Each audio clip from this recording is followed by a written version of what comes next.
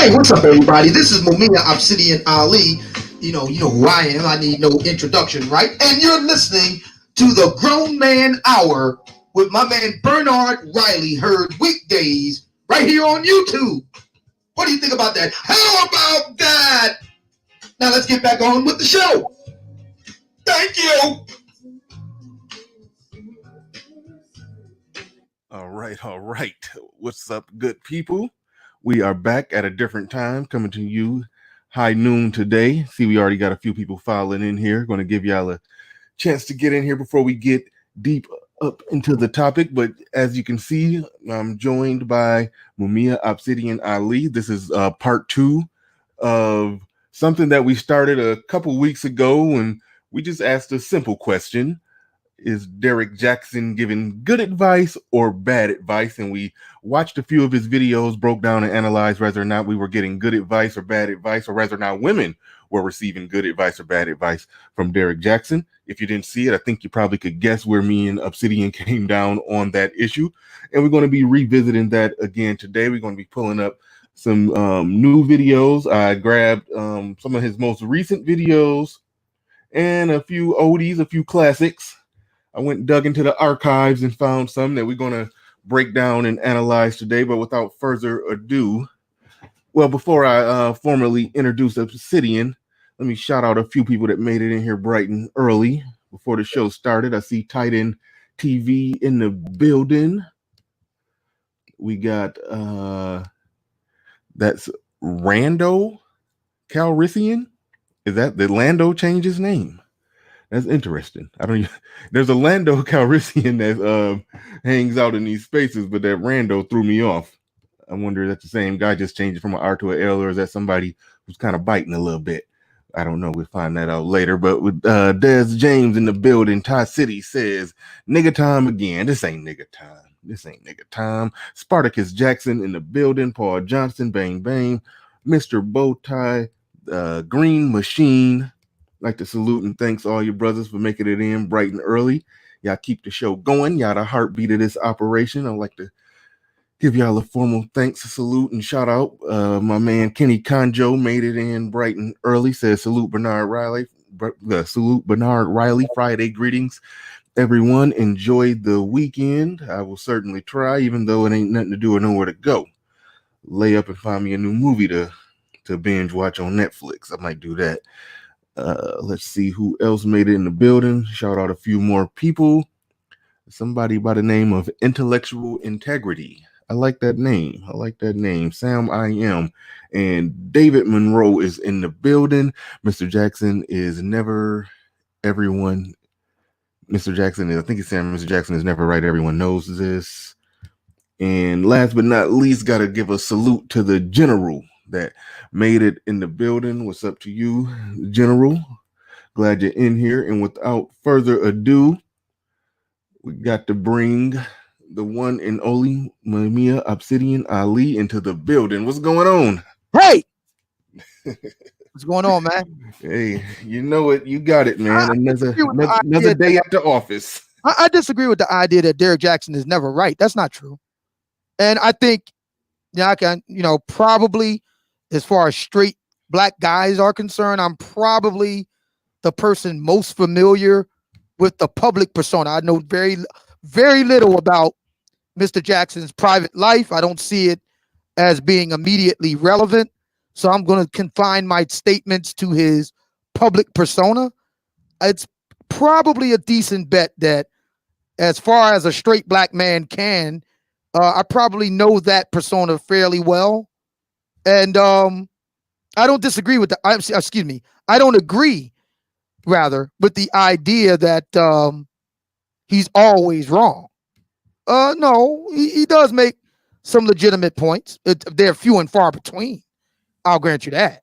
But he's categorically wrong across the board. No. Right, I can agree with that. And in every Derrick Jaxn video, he may very well be, I won't say in every Derrick Jaxn video, but for a good percentage of him, he might be 70% right. Sometimes he might be 80% right. But when he makes that left turn, he makes a sharp left.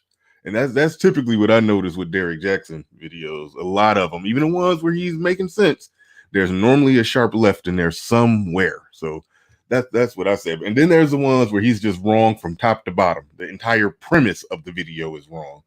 So that's what we're looking at with Derrick Jaxn. We were speaking off the air. You were this was right before we went on. You were talking about Derrick Jaxn. I don't even know how we got into that particular topic, but you were breaking down a few things about Derrick Jaxn. I don't know if you wanted to get back into that as I pull up the videos and whatnot. Yeah, well, I mean, okay, so the problem with the conversation as it currently stands is that Black people are so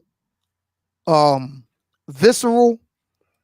Like, we don't do abstract discussions very well. Mm-hmm. It's very difficult for us to have an abstract conversation, a kind of civil, sober and judicious conversation about, what many would consider contentious topics. We're just not, for whatever reason, we're just not there. And so when I discuss Mr. Jackson, it's automatically interpreted as me having some kind of personal axe to grind. Right. Rather than just dealing with the merits of his statements one way or the other. And I find that a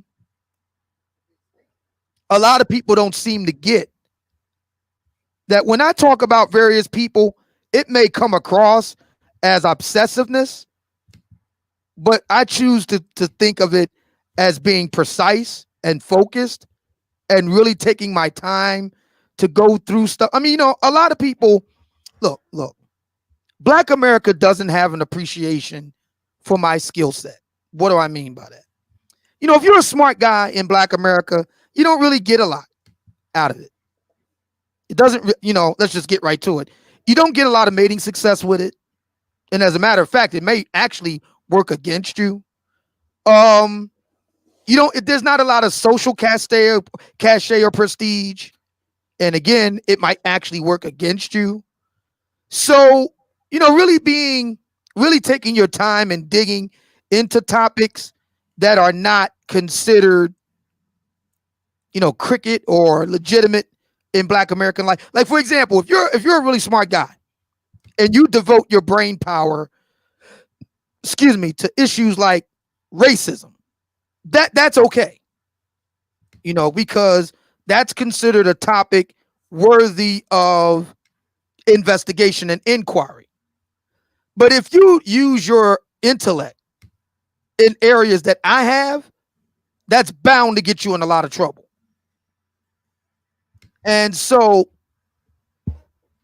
with regard to our current topic, I like to really take my time and go through exactly what's being said, what's not being said, and really go argument by argument into the discussions. And that can be very uncomfortable for a lot of people. It's definitely uncomfortable for Black women. And it's increasingly becoming uncomfortable for a certain segment of Black men. And rightly so, because my argument is very simple. I'm not the problem. And when I say me personally, we talk about Derrick Jaxn, you have to understand something. It's not the individuals. It's what they represent. So Mumia Obsidian Ali equals X number of Black men like him. Derrick Jaxn equals X number of Black men like them. And so on. So it's not the individual per se, but what they represent. And what I'm getting at in my argument is that increasingly the evidence is becoming clear that the problems that Black women have been talking about for decades, to the tune of billions of dollars,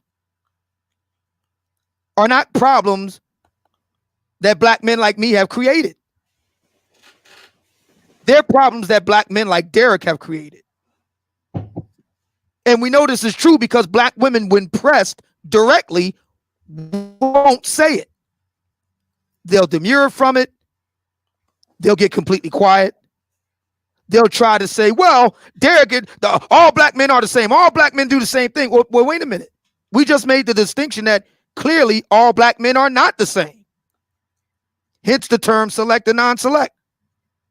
But when you come to really press black women on these issues, then they want to default. And I see Danielle George is in the building. She's a good example. Then they want to default to all black men do that. No.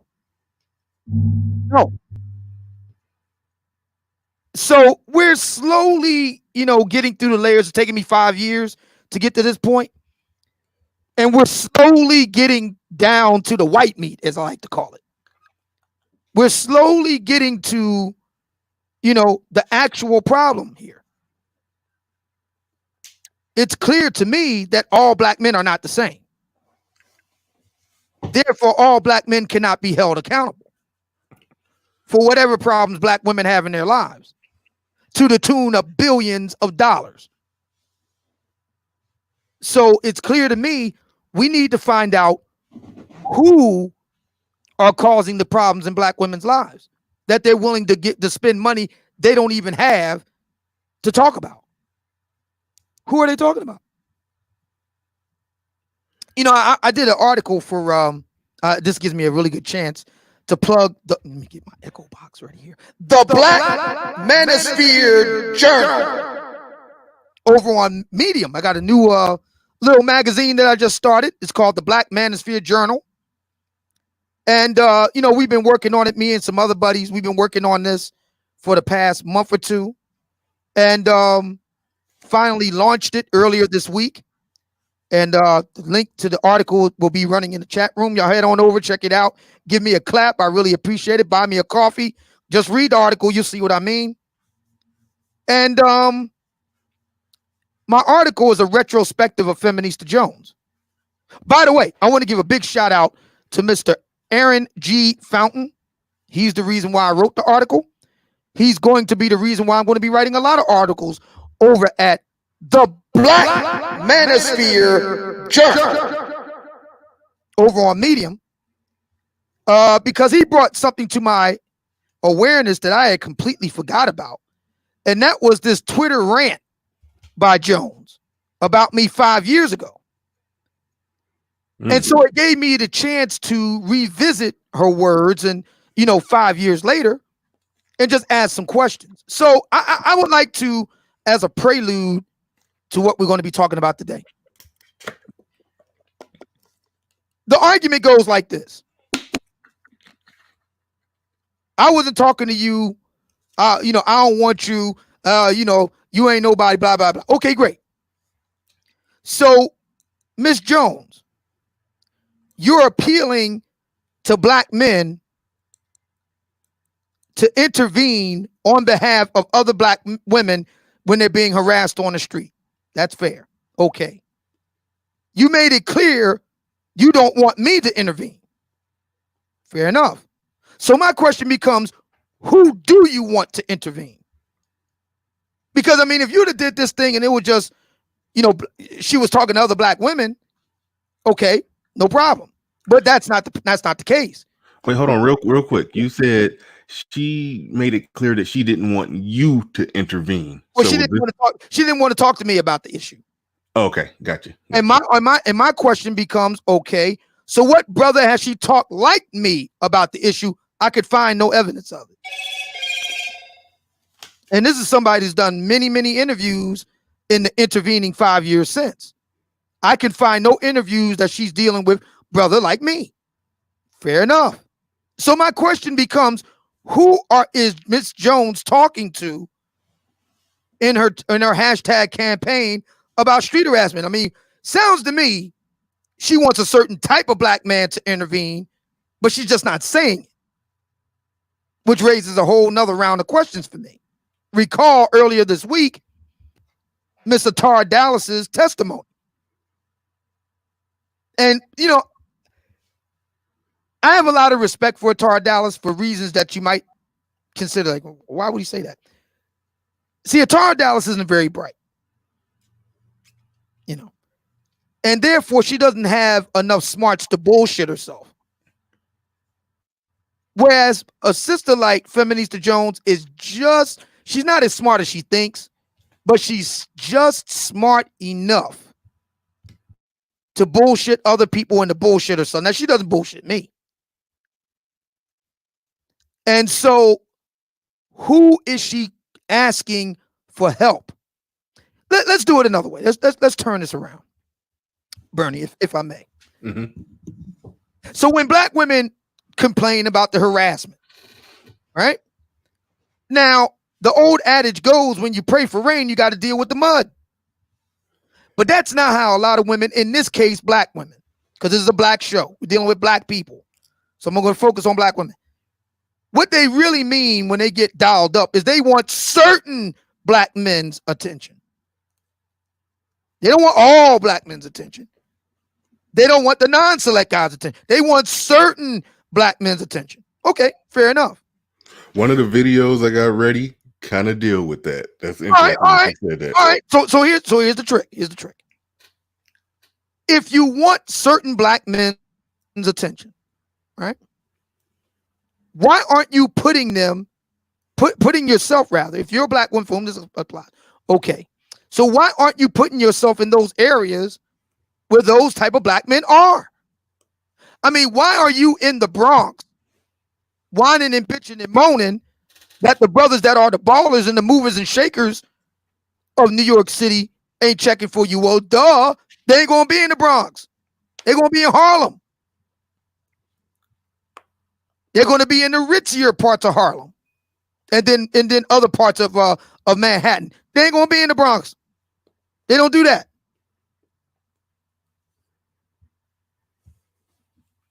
I mean, I'm just using that as an example, as a case in point, to buttress my position.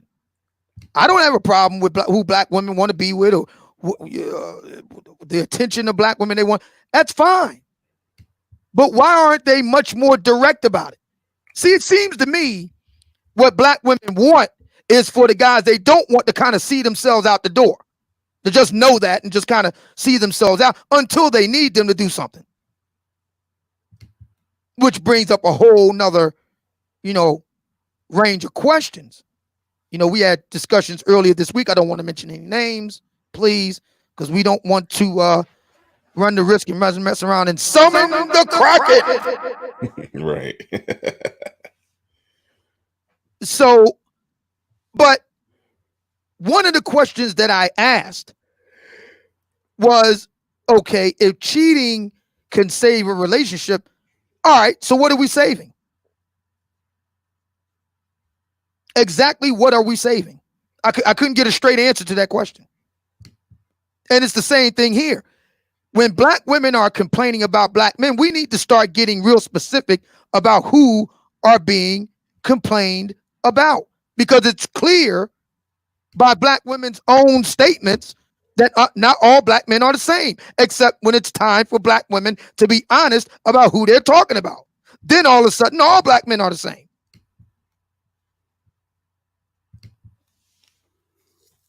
Does that make sense? No, they're not making much sense at all. But yeah, you definitely laid it out, and that gave us a good setup for what we're about to get into. We're going to be doing these going through a couple Derrick Jaxn videos. So yeah, before you play it, I just want to say, this conversation is it's complex in a sense, because as soon as you answer one question, or this is how I see it, as soon as you answer one question, three more jump up in their place, kind of like a hydra. Mm-hmm. It's a very complex type of discussion. For example, real quick. So I was watching, I'll go ahead and say it. I was watching a C Boogie video where he's talking about the various lanes that a man should be in. So you got the lust lane, the boyfriend lane, and the lick or tricking lane. Okay, great. Fine. So if you don't have the sex appeal, you can't get in the lust lane. All right, fair enough. You either got to get in the boyfriend lane or the tricking lane. Now, I'll use myself. I'm not inclined to break the law, so the tricking lane is out of the question. That's prostitution is illegal, except for in Los Angeles, Nevada. Okay, so that's out. So the only lane available for me left is the boyfriend lane. All right. So my question becomes this. What do I get for all my toil and trouble? I'm in the boyfriend lane. Fine. What do I get for that? If C Boogie would be here, that would be the question. Okay, list out to me the benefits. Because, I mean, I can't speak for the man. I can only talk about what he said in the past. And again, C Boogie equals X number of black men like him. So I'm not just talking about him singular. I'm talking about black men like him. Okay. So to let them tell it, black women have guys they see as a boyfriend and guys they see they just want to fuck. Okay. I can accept that. So with that being said, and the fact being that you're never going to get the best part of her because that's reserved for the guys you want to fuck. Okay, so what am I getting? What am I getting? That's a good question, because his premise would be a premise that a guy could accept. If a guy is not in the lust lane, he's in the boyfriend lane, but the boyfriend, but then he turns around and say that the boyfriend isn't going to get the best of her. So then you're right. It puts the guy who's one doing the heavy lifting for that woman. If he's taking on more than just a designated dick, he's doing more heavy lifting, but he's supposed to get less. Yeah, you would be right to say that no, that's in no way, shape, or form a fair arrangement for the guy who's doing the boyfriend job, doing the heavy lifting. Well, I mean, and I see Danielle is they say that the guilty conscience is a motherfucker. So Danielle George is asking a question. Why deal with a woman? And she retracted the message, but I saw it. Danielle, there it is. Why deal with a woman that doesn't really want you? Good question. Well, according to the logic, no woman wants you if you're non-select. In Black America, if you're non-select, no woman really wants you fully. They'll tolerate you. Right? A man can't deal with a woman that doesn't really want him unless she's just stringing him along, wasting his time, getting dates and whatnot. I'm going by the logic. I'm going by the rules. I didn't make these rules. Mm-hmm. I'm going by the rules set by our erstwhile interlocutors. The argument goes that women in Black America, that women desire a certain type of man. Okay. We're told to stay in your lane. Okay. Tricking for me is out of the question because it's illegal. Okay. What benefits accrue to me for being in the boyfriend lane?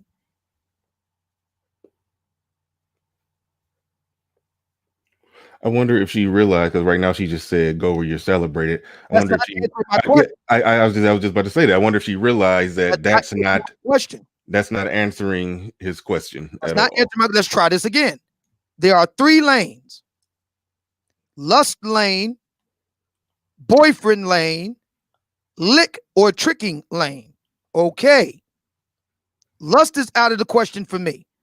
Tricking is out of the question for me. That leaves only 1 lane left: boyfriend lane. Okay.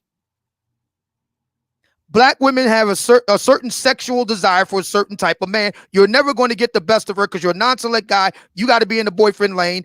Okay. Question: what benefits accrue to me for being in the boyfriend lane? What do I get for it?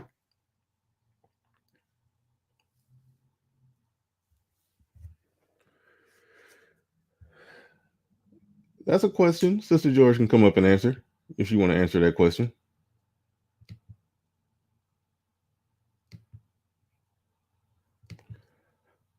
I'll drop that link for Sister George if you would want to come up and answer that question. Because I see what you're saying if we accept C Boogie's premise. I generally don't accept all of his premises, but if we accept his premise, yeah, then you're You're asking the right question. What do I get?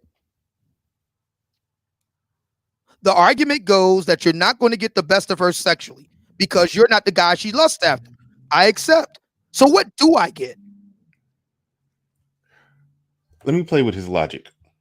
If you're saying you're not going to get the best of her sexually because you're not the guy that she lusts after, well, he's basically saying that men at a certain point, there's a certain level of sexiness where a man is going to automatically get the best of a woman. But once a guy dips below that level of sexiness, he's not going to get the best of a woman. But he can't then say, well, stay in your lane. If you're a 5, get with a 5, because based off his own admission and admission of a lot of guys who call themselves select in these spaces, they are select, but they fuck non-select women.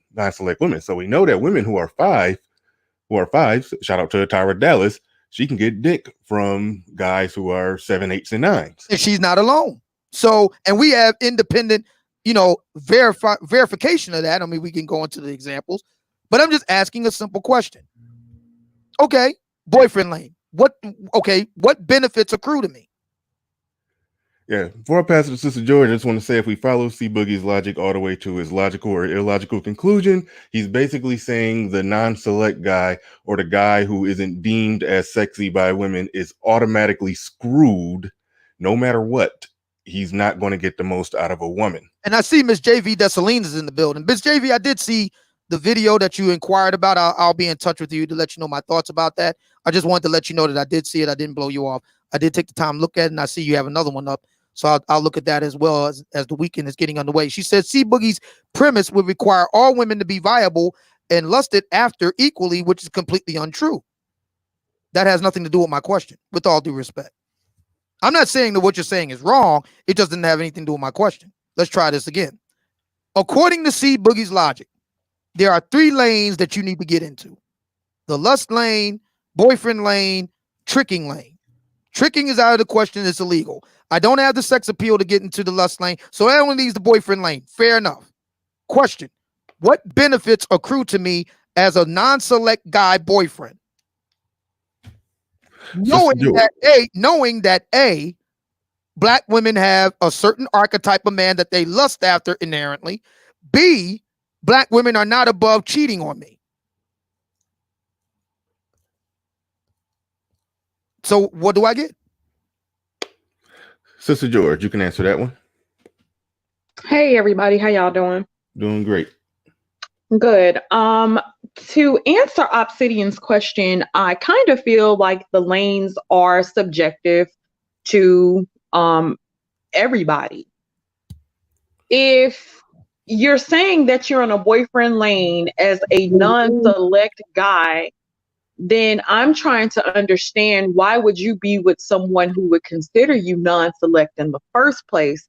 So that doesn't really make, like, the whole premise doesn't really make sense to me, because I wouldn't want to be with someone who didn't have a certain type of passion for me. And if you're at a point to where you're entering into relationships and not really sure if a person has a certain type of passion for me, then that seems to me that you kind of have bigger fish to fry, because I wouldn't want to be in a relationship where I actually put myself in a lower position to where I don't feel empowered in the relationship or feel like I'm wanted. So the benefits that would come now, if you're dealing with a woman that's using you, I think sometimes she will offer some of the same benefits that she would offer to a guy that she wants, but it would strictly, to me, be out of using you as opposed to really wanting you, but using you for your resources or whatever, and would do the bare minimum to keep you around. Is that it? It was something else that you said that I wanted to address. Okay. You said about the guy being lusted after. I do believe that women will do a lot for guys that they lust after. But to me, I think it honestly depends on what she's in need of at the time. If she's in need of a guy to provide or whatever, I think a lot of women will do things to get the man, but won't may not necessarily do things to maintain the relationship after she feels like she's secured the man. But that's where I'm at with it. I hope I answered it right. Well, you answered it. You just directed your answer at the wrong person. I didn't come up with the premise. I was just about to say that. It seems like she Well, would be. It I'm seems not like. trying to. Hold on, Sister George, can you hear me? Oh, Yes, okay. sir. I'm Yeah, sorry. it seems like she would be. I'm assuming she's listened to See Boogie before. I mean, I've never seen her object to anything over there, but it seemed like she would be over there saying, "Hey, See Boogie, your logic a little flawed on this," you know, because that's basically what she was doing. She was breaking down why See Boogie logic was flawed. I actually don't really listen to C Boogie a whole lot. You don't need to in order to explain why his premise is flawed. Hey, Bernard. Well, I'm not going there, but I'm just saying. No, I mean, I'm not like trying to be flippant. I laid out his premise. 3 lanes. What the requirements are in each lane. I accept. Question: what do I get for being in the boyfriend lane? I still haven't gotten a straight answer yet. I told you, no, actually you did. It may not be the answer that you wanted. I said that women will do some of the same things that they do for select men, but it might be out of necessity to keep you in a relationship. It may not be for the same reasons that she may not want to do it for you, but she'll do it anyway to keep you in a certain Basically, position. you get a half-ass effort from her. Yes, that's what I said. Now I'm not going to say that. So I just want to let me jump. Hang on. I only got 1 second, man. one at a time here. It seems that if okay, do you agree with what Keith just said, Danielle? Yeah, I do. Okay, so why is it that you couldn't have said what he just said in 2 seconds? Because I felt like I actually said that, but I maybe you didn't catch on when I said it initially. I heard exactly what you said. So what are you talking about? But I didn't take a long time to say it. Let's just move on to the next point. What was Keith trying to say? You're saying the same thing that I said at the very beginning. Am I wrong, Bernard? Well, I wasn't disagreeing with you. Y'all asked me. Well, okay. I don't understand the argument. Like, what's the problem? He's saying you gave a whole lot of word salad. When I basically summed up what you said to take 2 minutes, I summed it up in 6 seconds. Well, Keith, you know you're a master at that. You always telling people to be quiet, and you know what they're gonna say. So maybe okay. Y'all know I take a long time. I just wanted to hop on real quick because I got to take this conference call. I just wanted to show the before setup, Bernard, let you see what I'm working on, so you can kind of see the before. So I'm gonna do the triple monitor setup. I got the 224 joints that are gonna go toward the bottom. That's gonna be like my streaming information and shit, in different chats. And then this is the main monitor, kind of set up with the 55, and so it'll have the LEDs and all this shit behind it. So that'll be fucking lit. And then I got the setup in the background, so it'll be pretty dope. Okay, that's what's up. That's when you're gonna start going live. Now you're gonna be doing. You said you're gonna be doing gaming. Yeah, because I have like friends that come over, so I got the bigger TVs for that's like a second monitor. So it's gonna be for work, and then like a second gaming monitor, and then I'll be able to have the camera and shit like that. So you can kind of do like Twitch streaming because you can earn money. Yeah, that's what's up. Yeah, let me know when you get it going. I'll throw you a couple subs over there. Roger that. But yeah, thanks. Yeah, that's cool. Hey, peace, people. Cool. Yeah, all right. Peace out. Yeah. So going back to Danielle, and I see JV saying that she being Danielle is trying to explain why the logic's for. I understand that. Again, my response is you're barking up the wrong tree. I'm not the one that came up with the logic. See, Boogie did. So, okay. I mean, I get what you're saying, but I'm going by the argument that he laid out. I'm just following the logic to its. I'm just following the argument rather to its logical conclusion. If all black women desire X in a X number of black men, and the black men who don't have X factor have to settle for either a boyfriend lane or a tricking lane, okay. Tricking lane is out of the question for black men like me because I don't want to be a criminal. Prostitution is a crime. So that leaves boyfriend lane. Okay, what do I get? You seem to agree with Keith, Danielle, that you get a half-ass effort. That's what you get.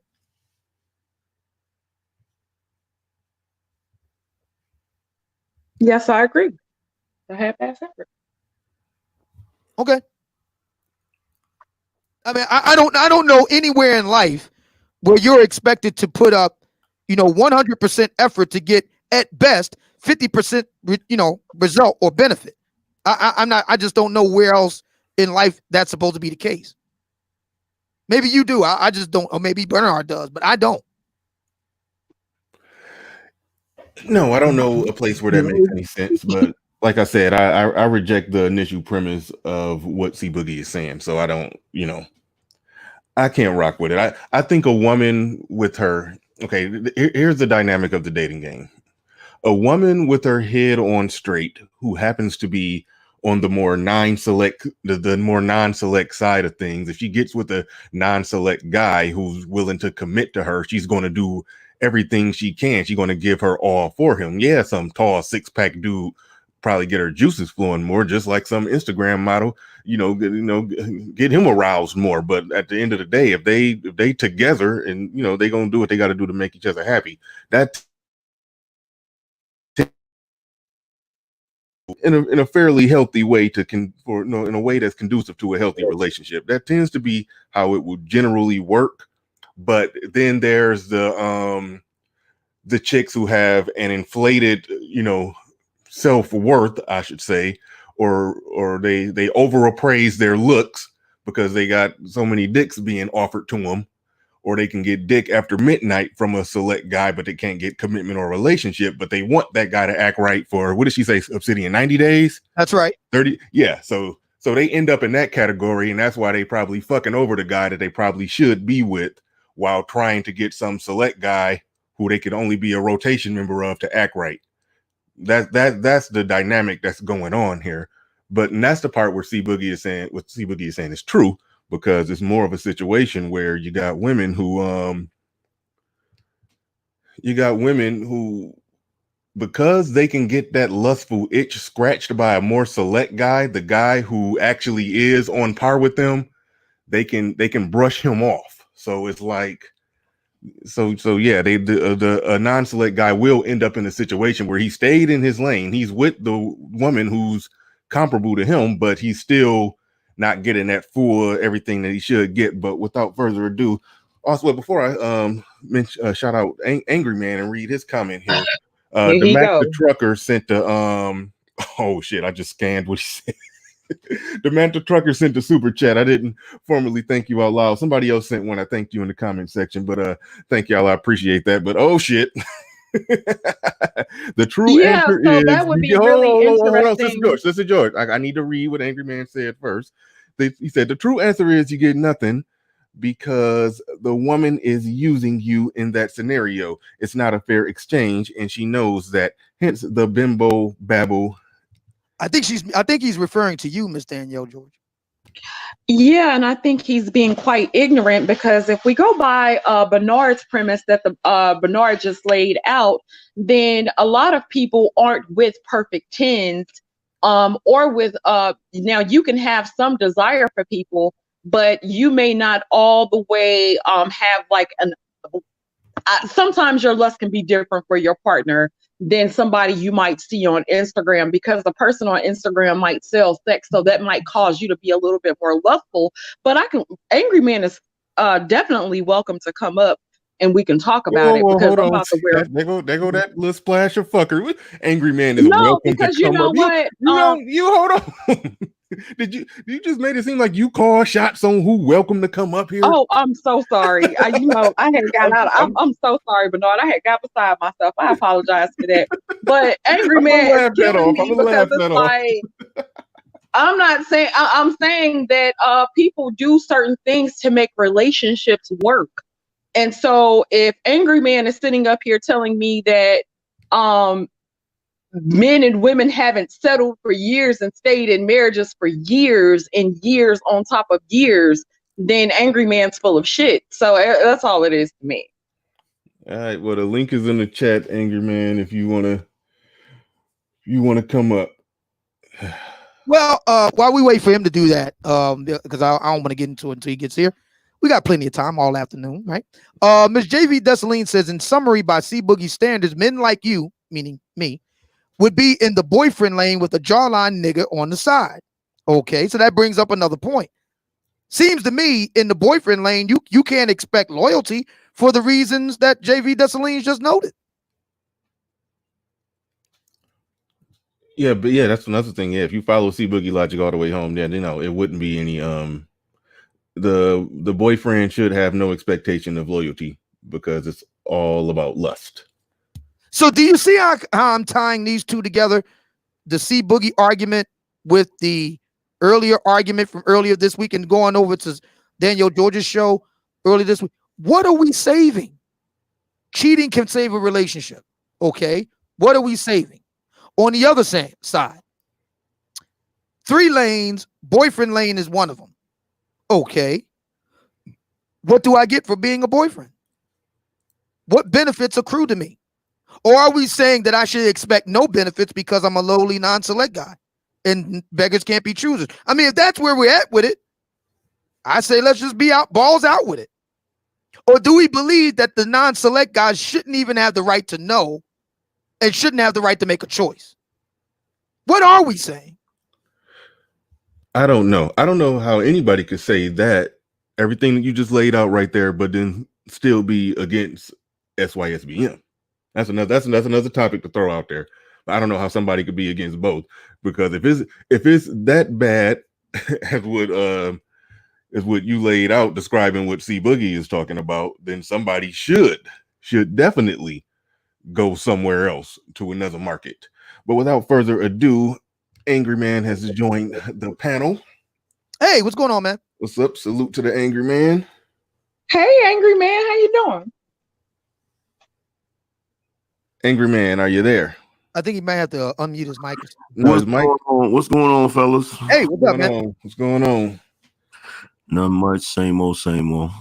Yeah. Now, before we go any further, now we are here to discuss Derrick Jaxn, but I gotta kind of took us on the road less traveled, and I'm interrogating some of the ideas in modern day Black America, and the dating and mating market and relationship issues and so forth. Okay, so I'm not attacking anybody personally. I'm trying to have a civil, sober, and judicious discussion of ideas and testing out their worthiness and their merits using time-honored, tools of investigation and inquiry.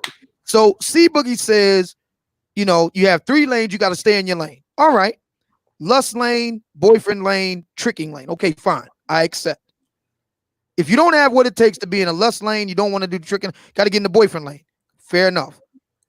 Black women clearly have a type of black man that they lust after. Fair enough. If you're that kind of guy, you got to be in the boyfriend lane. Fair enough. Question: what benefits accrue to me for being a boyfriend? What do I get? Well, number one, the premise is flawed in the first place. Mm-hmm.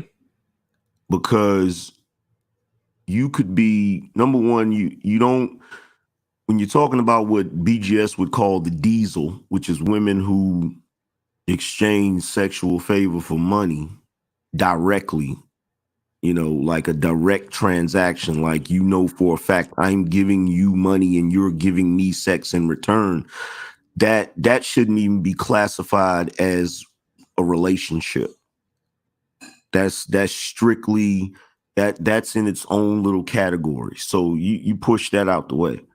So if you're talking about lust and the lust lane or the boyfriend lane, you're supposed to find someone who wants both of those things. So if the chick wants both of those things from you, then you're good. If she doesn't want both of those things from you, then you shouldn't even be dealing with that chick.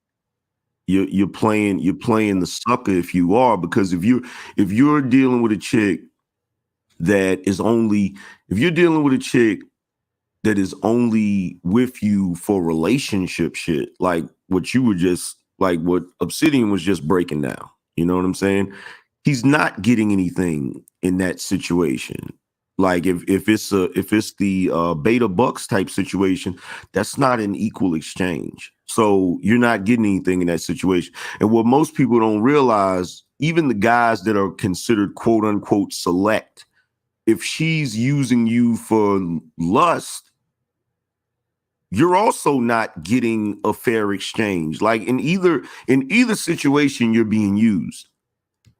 In either situation, you're being used. So, you know, a lot of times guys will put out the premise as if the guys that are being lusted after, as if they're getting the better end of the deal. And they're not really getting the better end of the deal, because it's not a mutual relationship where there's an equal level of respect.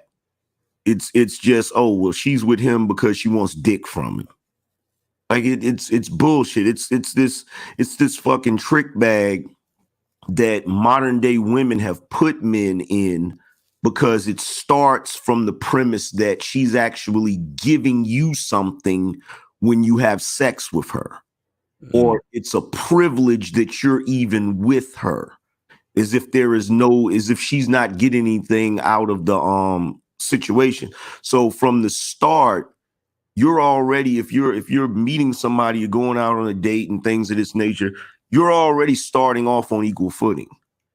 But then if you feel like she's giving you more than you're giving her, you end up tipping the scale by doing more than she's required to do, which is bullshit. And Yeah. what did I say that was ignorant, Sister George? The fact that you would disagree when we were saying the same thing is actually quite ignorant to me. Especially if I basically laid out the same outline. Keith Lamont came up and laid out the same outline and took a lot less time. And now you just got on the panel and took about the same time that I took to lay about the same argument. Then yeah, I do find that quite ignorant. Actually, there was a difference. When I was talking, I actually was saying something. I heard what you said, and what you said. Yeah, so we didn't say the same thing, Angry Man? Can I please finish? I apologize. What you said was what Jap calls bimbo babble. It's when you say a bunch of stuff, but you're not really saying anything. It's a gaslighting technique, and a lot of you women do that. A lot of times you do it as a knee-jerk reaction. I don't know how many times I've had discussions with women up here on YouTube, and y'all use like a million words, and a lot of times you're just repeating the same thing over and over again. Okay. Actually, when I came up, Obsidian laid out 3 points. I explained why a man shouldn't be in that situation in the first place. I explained that a woman will do certain things to maintain her position in life.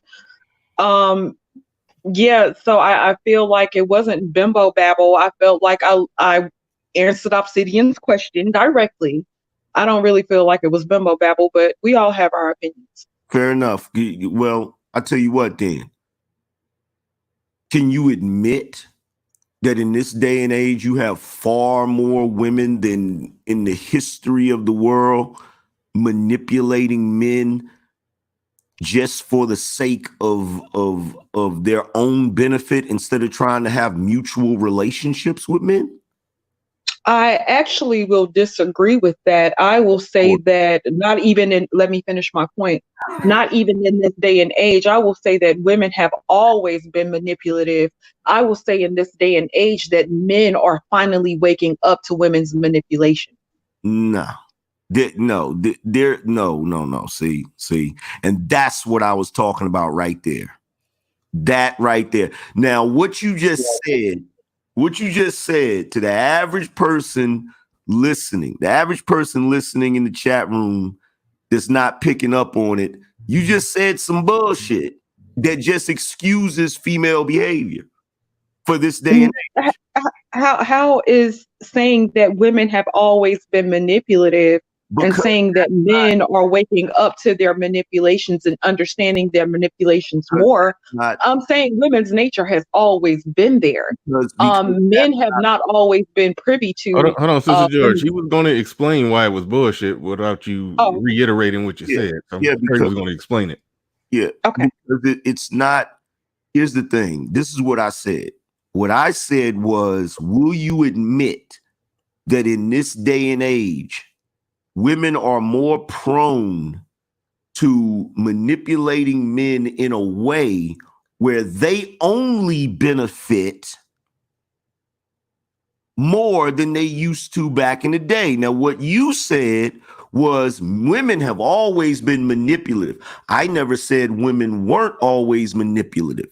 Women have always been manipulative, but back in the day, there used to be some semblance of an equal exchange.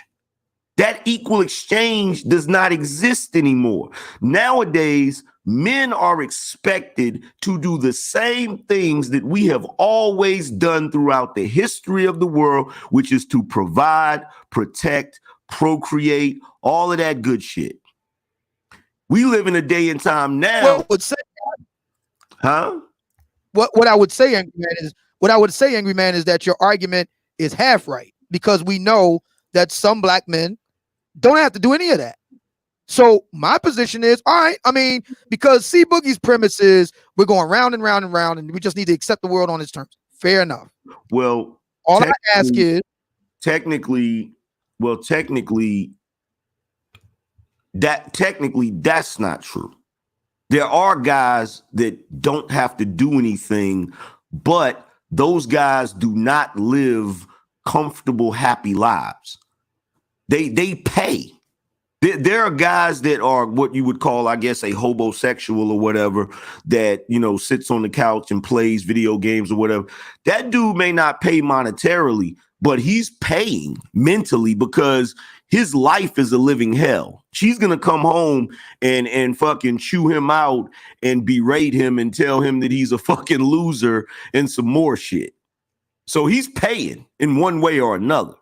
But the whole thing is, even women have always been manipulative, but women used to understand that for a man providing and procreating with her and protection, there has to be some sort of exchange.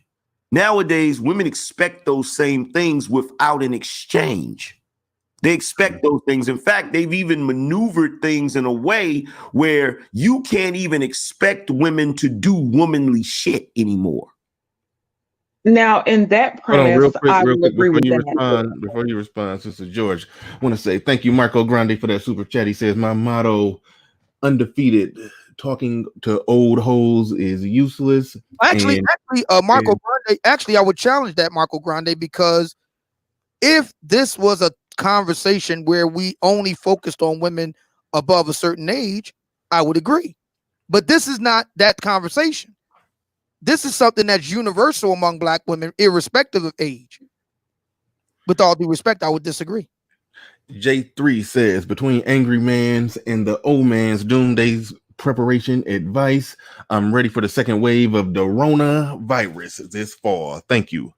And I'd like to thank both of you brothers for that super chat, for those super chats. Thank you. Appreciate that very much. Go ahead, Sister George. You were trying to say something to cut you off. Go ahead. The last premise that Angry Man said, now I agree with that part, that women do expect a certain type of protection for sure, without having to do anything for it. Now, I definitely agree with that.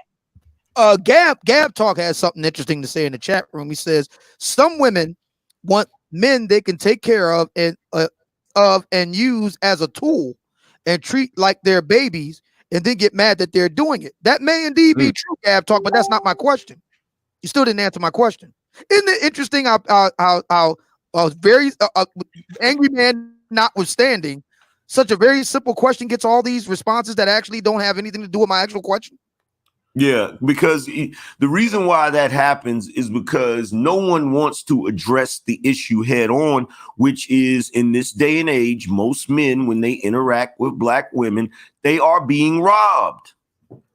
They're being robbed. It's just like the situation with the dude CJ. Now here you have this dude who has went out and climbed every Mount Everest that black women said he needs to climb.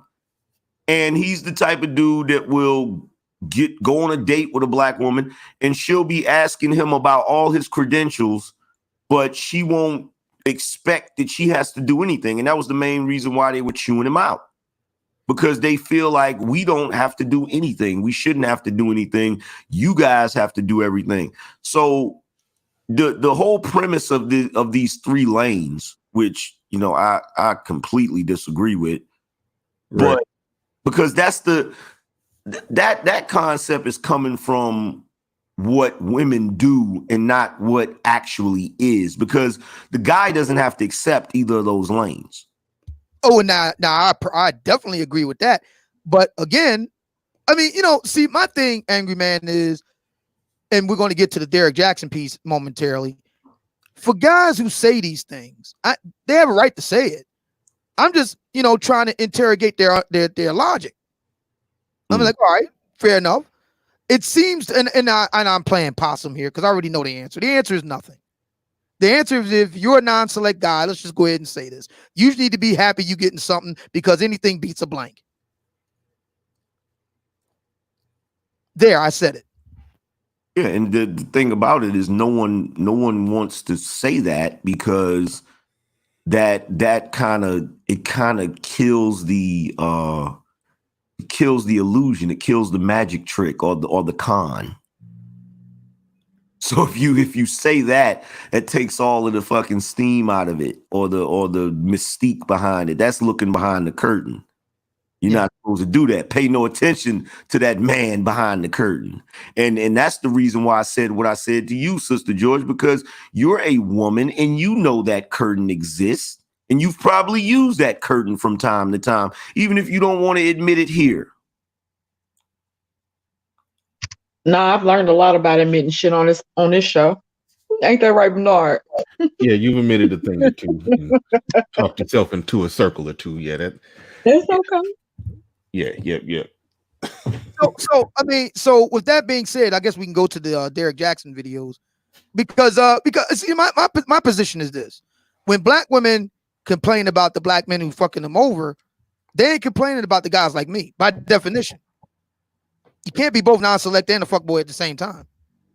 You can't be both. Well, I hate to disagree with you, Obsidian, but based upon female logic, you actually can be both. Right. And then so what I do is I just simply use, evidence, real world evidence and examples. As a matter of fact, because Danielle tried to argue this over on her show earlier. I think it was, earlier this week, and on the whole cheating question. And I have evidence, scholarly research written by a black woman that I'm sitting on right now. That wait. Obliterates it. Obsidian, what did I say about cheating? You said that the non-select guys can cheat just like the select guys. Okay. And I have evidence that proves to the contrary. I think it's obvious that if a guy is more on the non-select side of things, he's less likely to cheat. He's not allowed to. Okay, well, yeah, flesh that out. What do you mean by he's not allowed to? You mean if he get caught, it's over? Based upon the way black women, if we're talking about the way black women operate, a black woman will allow a guy that she feel is select to get away with those indiscretions, but she would never allow a guy that she considers to be non-select, because she feels like that guy is lucky to be with her, and how dare he actually do something like that. Right. That's what that is. That's why the chick, what's her face, Atari 2600. That's why she was like, to all of the good-looking guys or whatever, can you be faithful for just 90 days? 90 days. You see what I'm saying? Yeah. She would never say that to a dude she would consider ugly, or she would consider to be lame or square or whatever fucking term they're using now. Yeah. And if you're more on the non-select side of things, you ain't got a rotation. You don't got a bunch of women that you just got easy access like that to where, to where you can just easily go and cheat. So, I mean, it's obvious that the non-select guy is less likely to cheat, but that goes back to one of Obsidian core arguments, that they try to evenly spread out the blame when shit is happening wrong to them. But no, yeah, how is it possible to, okay, simple math here. How is it possible to spread out equally the blame for the fuckboy stuff that black women complain about to men like Derrick Jaxn, who I went to go see last year?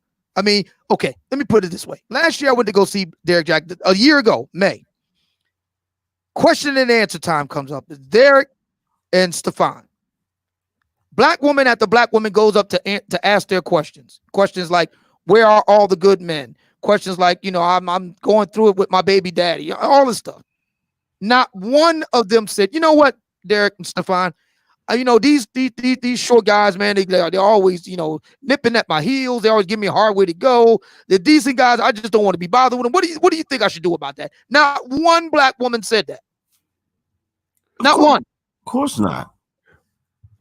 Real quick, Leo Anthony, thank you for the super chat, and Maurice November, thank you for that Cash App. I appreciate that. Go ahead, Angry Man. Was you about to say something, or was you just agreeing? Can I disagreeing with Obsidian? They're not gonna they're not gonna say anything that makes any fucking logical sense. Like, let's just be real. Like, when they went to that freaking peep show, all they went there for was to fucking stare at Derrick Jaxn's goofy fucking face. You feel me? And by the way, what you said was empirically borne out because my research assistant heard all the skinny in the ladies' room. So what you're saying? So I could have look. I could have predicted that like I was the great Karnak. I could have predicted that before the event even happened. All they did was go there to see him in person, to get close enough to him. A lot of them wanted to get close enough to him to take a picture with him so they could smell his cologne, so they could go out and buy whatever version of cologne he has, so that when they get their little rabbit out that night, they can spray cologne in the air and pretend like he's actually there to create the ambiance. Like, they didn't go there to listen to this dude talk. Because, I mean, let's face it, he's about as bright as a fucking campfire in medieval times and shit. This dude is goofy. Plain and simple. Georgia Boy asked a real good question. I just want to get to this real quick. He said, why the dudes that get pussy, you have to be fuckboys? That's a very good question. And I think there's a lady on the panel right now. I think the logic behind it, Georgia Boy, is black women complain about the guys that they're actually having sex with. So if you're a non-select guy and she really doesn't want to have sex with you, even if she's a girlfriend or wife or whatever, I think that pretty much answers the question, doesn't it? Well, can I say this real quick before I exit the panel? Oh, it's so soon? We're just getting started. Oh yeah. Angry Man's up here and I'm scared of him. So I just don't want to get beat up today. You just think, is Angry Man just like a ticking time bomb? He just ain't went off yet, but you know it's coming. Damn right. I've been in this situation long enough to know better. When did you become scared of me? When did you become frightened of me? I don't believe that. I'm not really, really like scared of you, but I gotta say it just because it's you and it's me. Didn't cut that goofy shit out, man. Stop. Angry Man, please stop. Chill out. See? Easy. See that shit? Easy, Angry Man. Easy. Hold on, Sister George. You started it. You threw the first punch, and you threw the first punch. Now you say, "Oh, stop! Don't do that." You started it. Black female fuckery. But shout out to Maurice November for the Cash App. I appreciate you guys, and you guys have a great weekend. Be safe. I'll talk to you guys soon. Mm-hmm. She basically just slapped you and said, don't hit me. Yeah, that's that veil I was just talking about. That's the let me lean on the fact that everybody believes Angry Man is a ticking time bomb. Come on, man. God damn. That was some fuckery. Fuckery. God damn, that was some fuckery. Your fuckery. Oh man. Mr. James Richard seems to be arguing that you can be a select fuckboy. It depends on what your floor is. I don't know what that means. Well, here's the thing. Any dude can be a fuckboy. So to answer the question about why are fuck? But what did he say? I think he said why are certain select dudes fuck boys or some shit like that. He said, why are guys that get pussy automatically fuck boys? And my response was, that's the question you have to ask the ladies, because they're the ones that came up with the term. I'm the wrong person to ask the question. Well, that's an easy answer. It's because anytime a dude gets pussy from a woman and she doesn't get what she believes to be the value of her pussy back in return, when she doesn't get that return on investment, the dude he becomes a fuck boy. Yeah, all that shit is. Yeah, and yeah, I agree.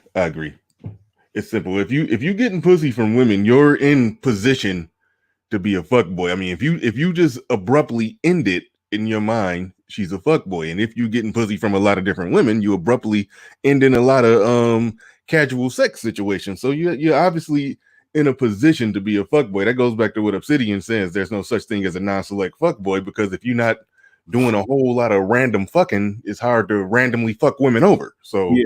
That's basic math on that. That's why I don't get why women give him that much pushback when he's excuse me, that much pushback when he's talking about the there's no such thing as a non-select fuckboy. Might it have to do with the fact? Might it have to do with the fact that the realization that the very black men that they're really attracted to are the very black men that's making their lives a living hell, and that realization coming from someone like me is just too much to bear?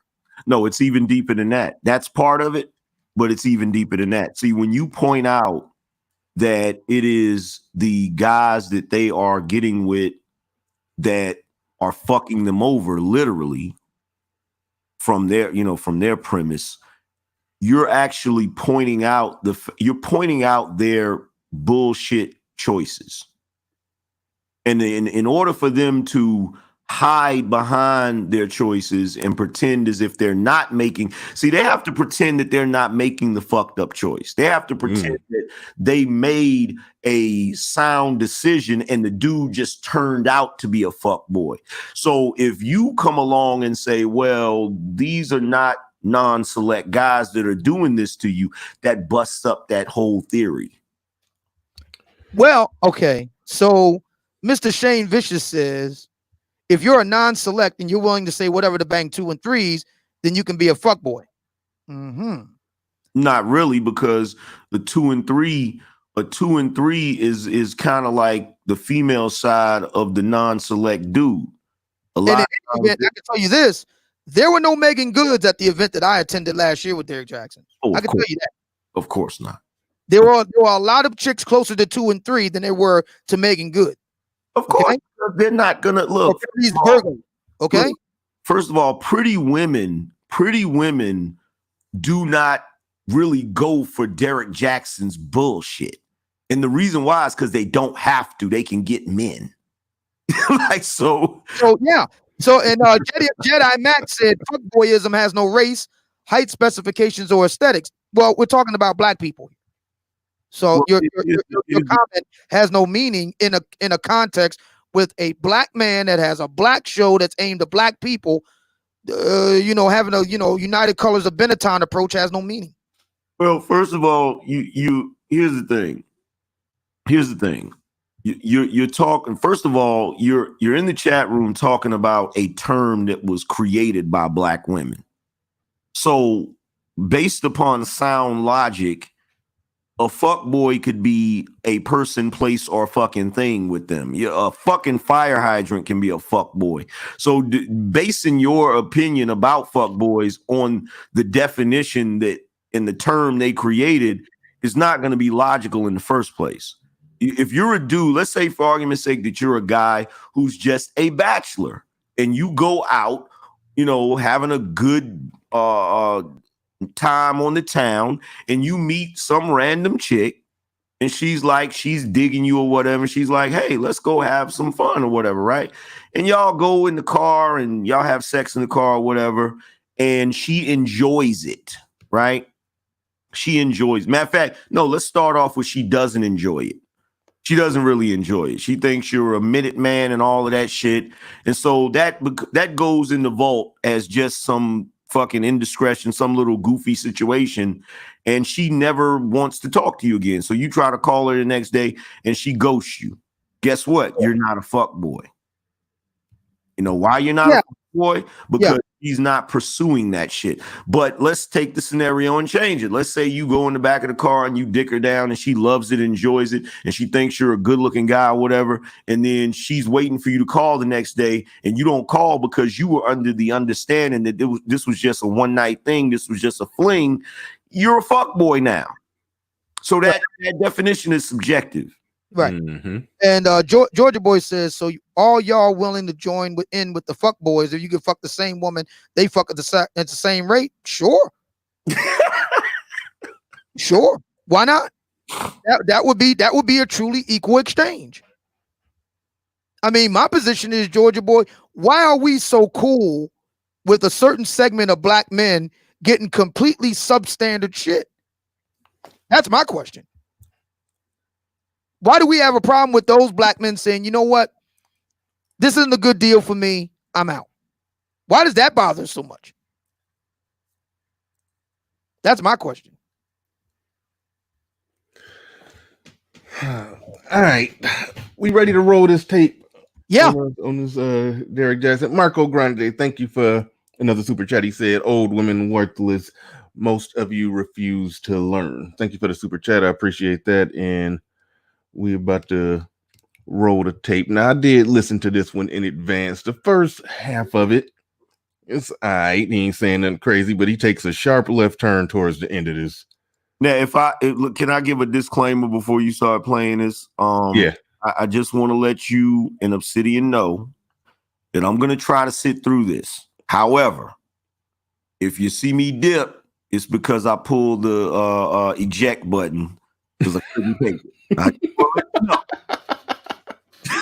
Yeah, no, I understand. I normally push pause and stop in between. I'm going to try to let it play all the way through. Obsidian somehow let it play all the way through. I have to stop it every 15 seconds, but I'm going to let it play all the way through this time. But I understand if you got to push the eject button. Yeah. I understand. All right, we're about to roll it. Team Jackson, what's happening? So last night, I got a question I thought was interesting on my Self-Crown live chat from one of my members.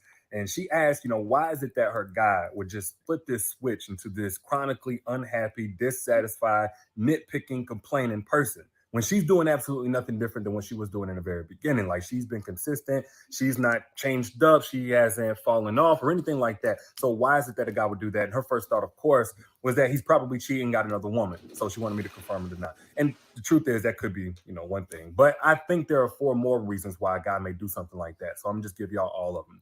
Of course, that's the first one. The second one would be that he wants to break up with you for whatever reason, not necessarily another woman, but he doesn't know how to say it. As in, he's scared to say what it really is, probably because the reason is illegitimate. Like, there's nothing that you've done that any man in his right mind will break up with a woman for. So he's trying to push you to be the one that breaks up with him, or conjure up the courage to break up with you by compiling a list of all of these things that would allow him to characterize you as some kind of bad person, or, to be a valid reason why he's just been unhappy, doesn't know what it is. Now, the second or the third reason would be that he's relying on you to fill a void that you didn't create, that you weren't designed to fill. In this, you see a lot of like guys come in with wounds, mommy issues, maybe even daddy issues, something like that. You were never designed to fill this void. But here's the thing. You were supposed to be his life partner, not his emotional handyman. So if he's relying on you to do something like that, then that's not your fault. That's his. Now, the next reason would be because it's a culture shock even being in a committed relationship. Not just with you, but in a relationship, period. What you see here is a guy who's been single for so long, or was single so hard in terms of 5, 6, 7 different women, that whenever he got with one woman, he didn't know how to transition.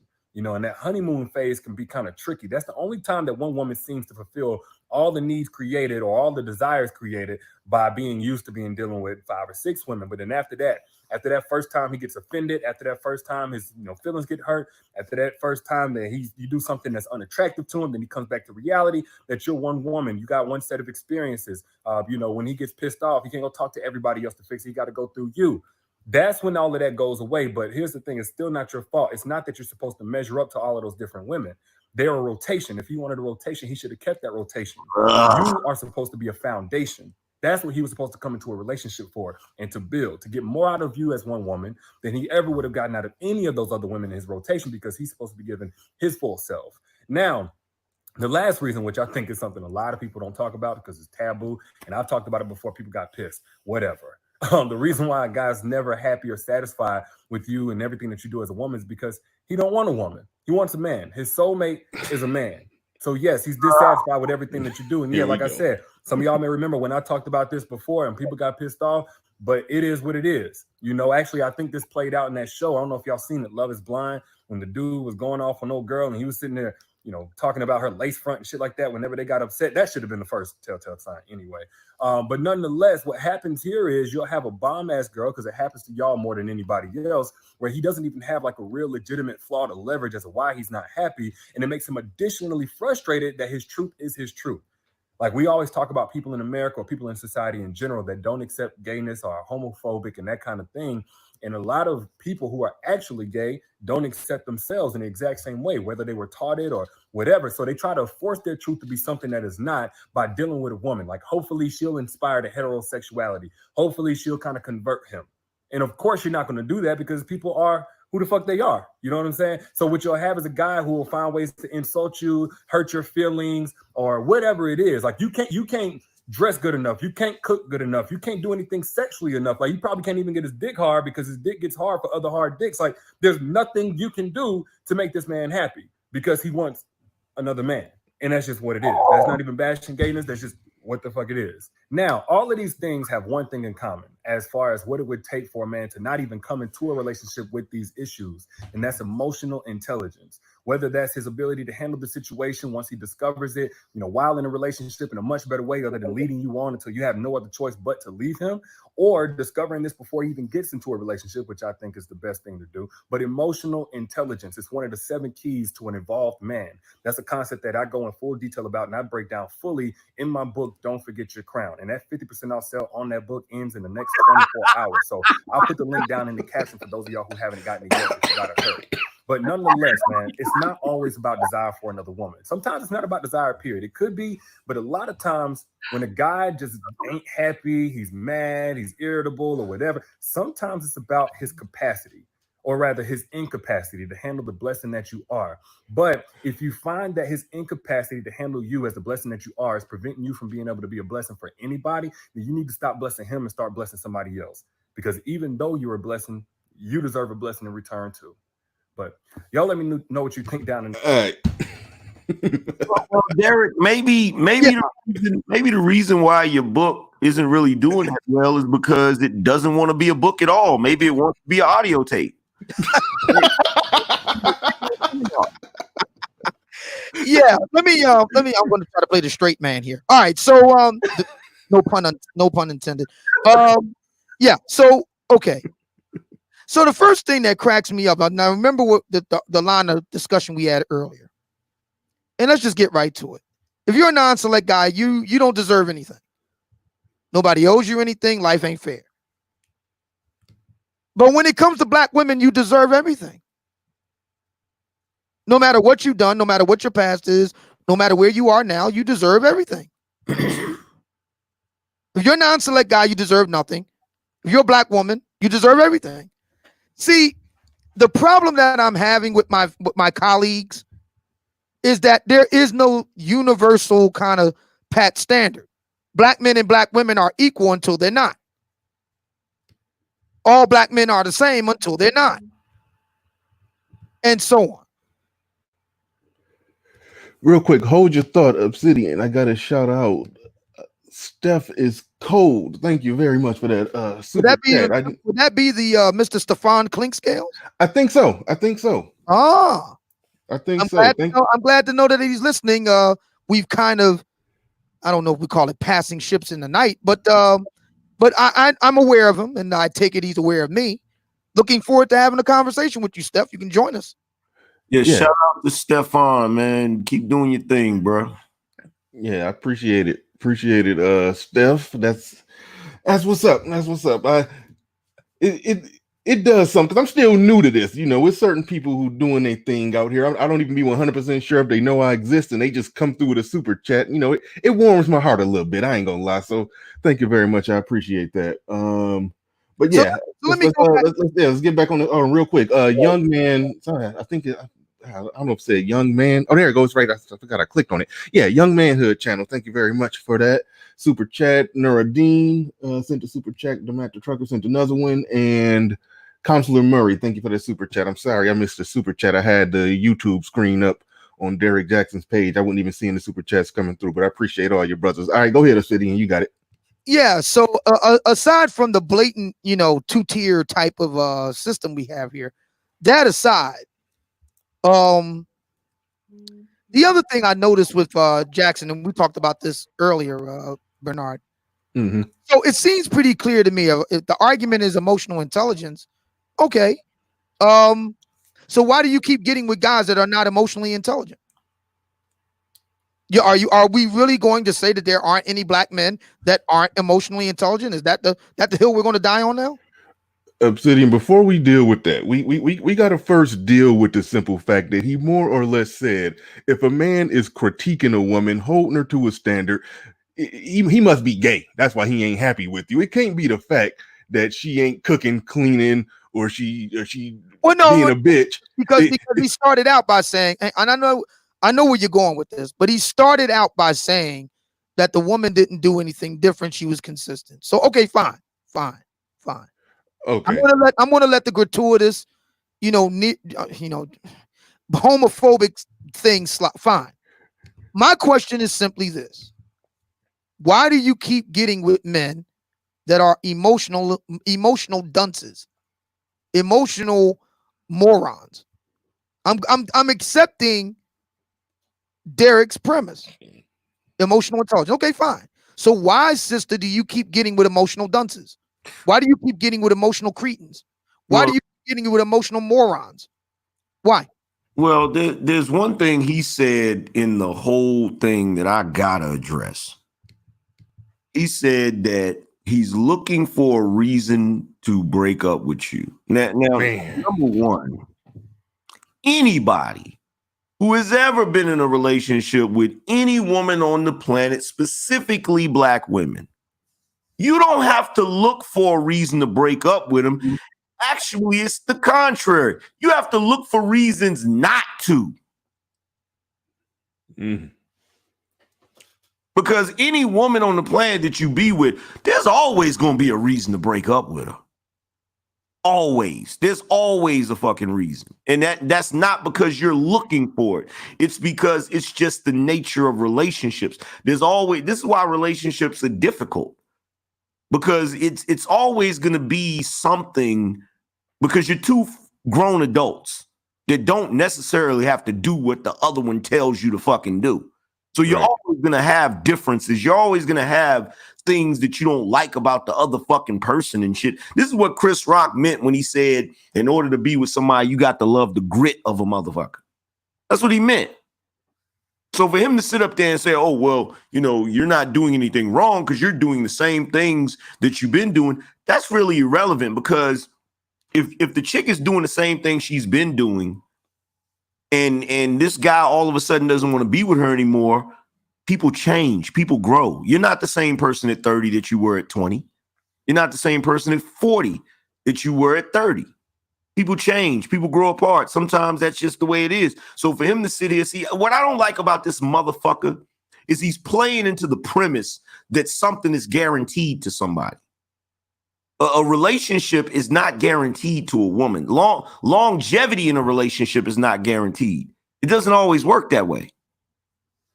But, at the end of the day, I still think that he should have a long conversation with his book to decide whether or not that book wants to be an audio cassette. That's my opinion. But I think his book want to be, an unbalanced table that you got to put something underneath one of the legs to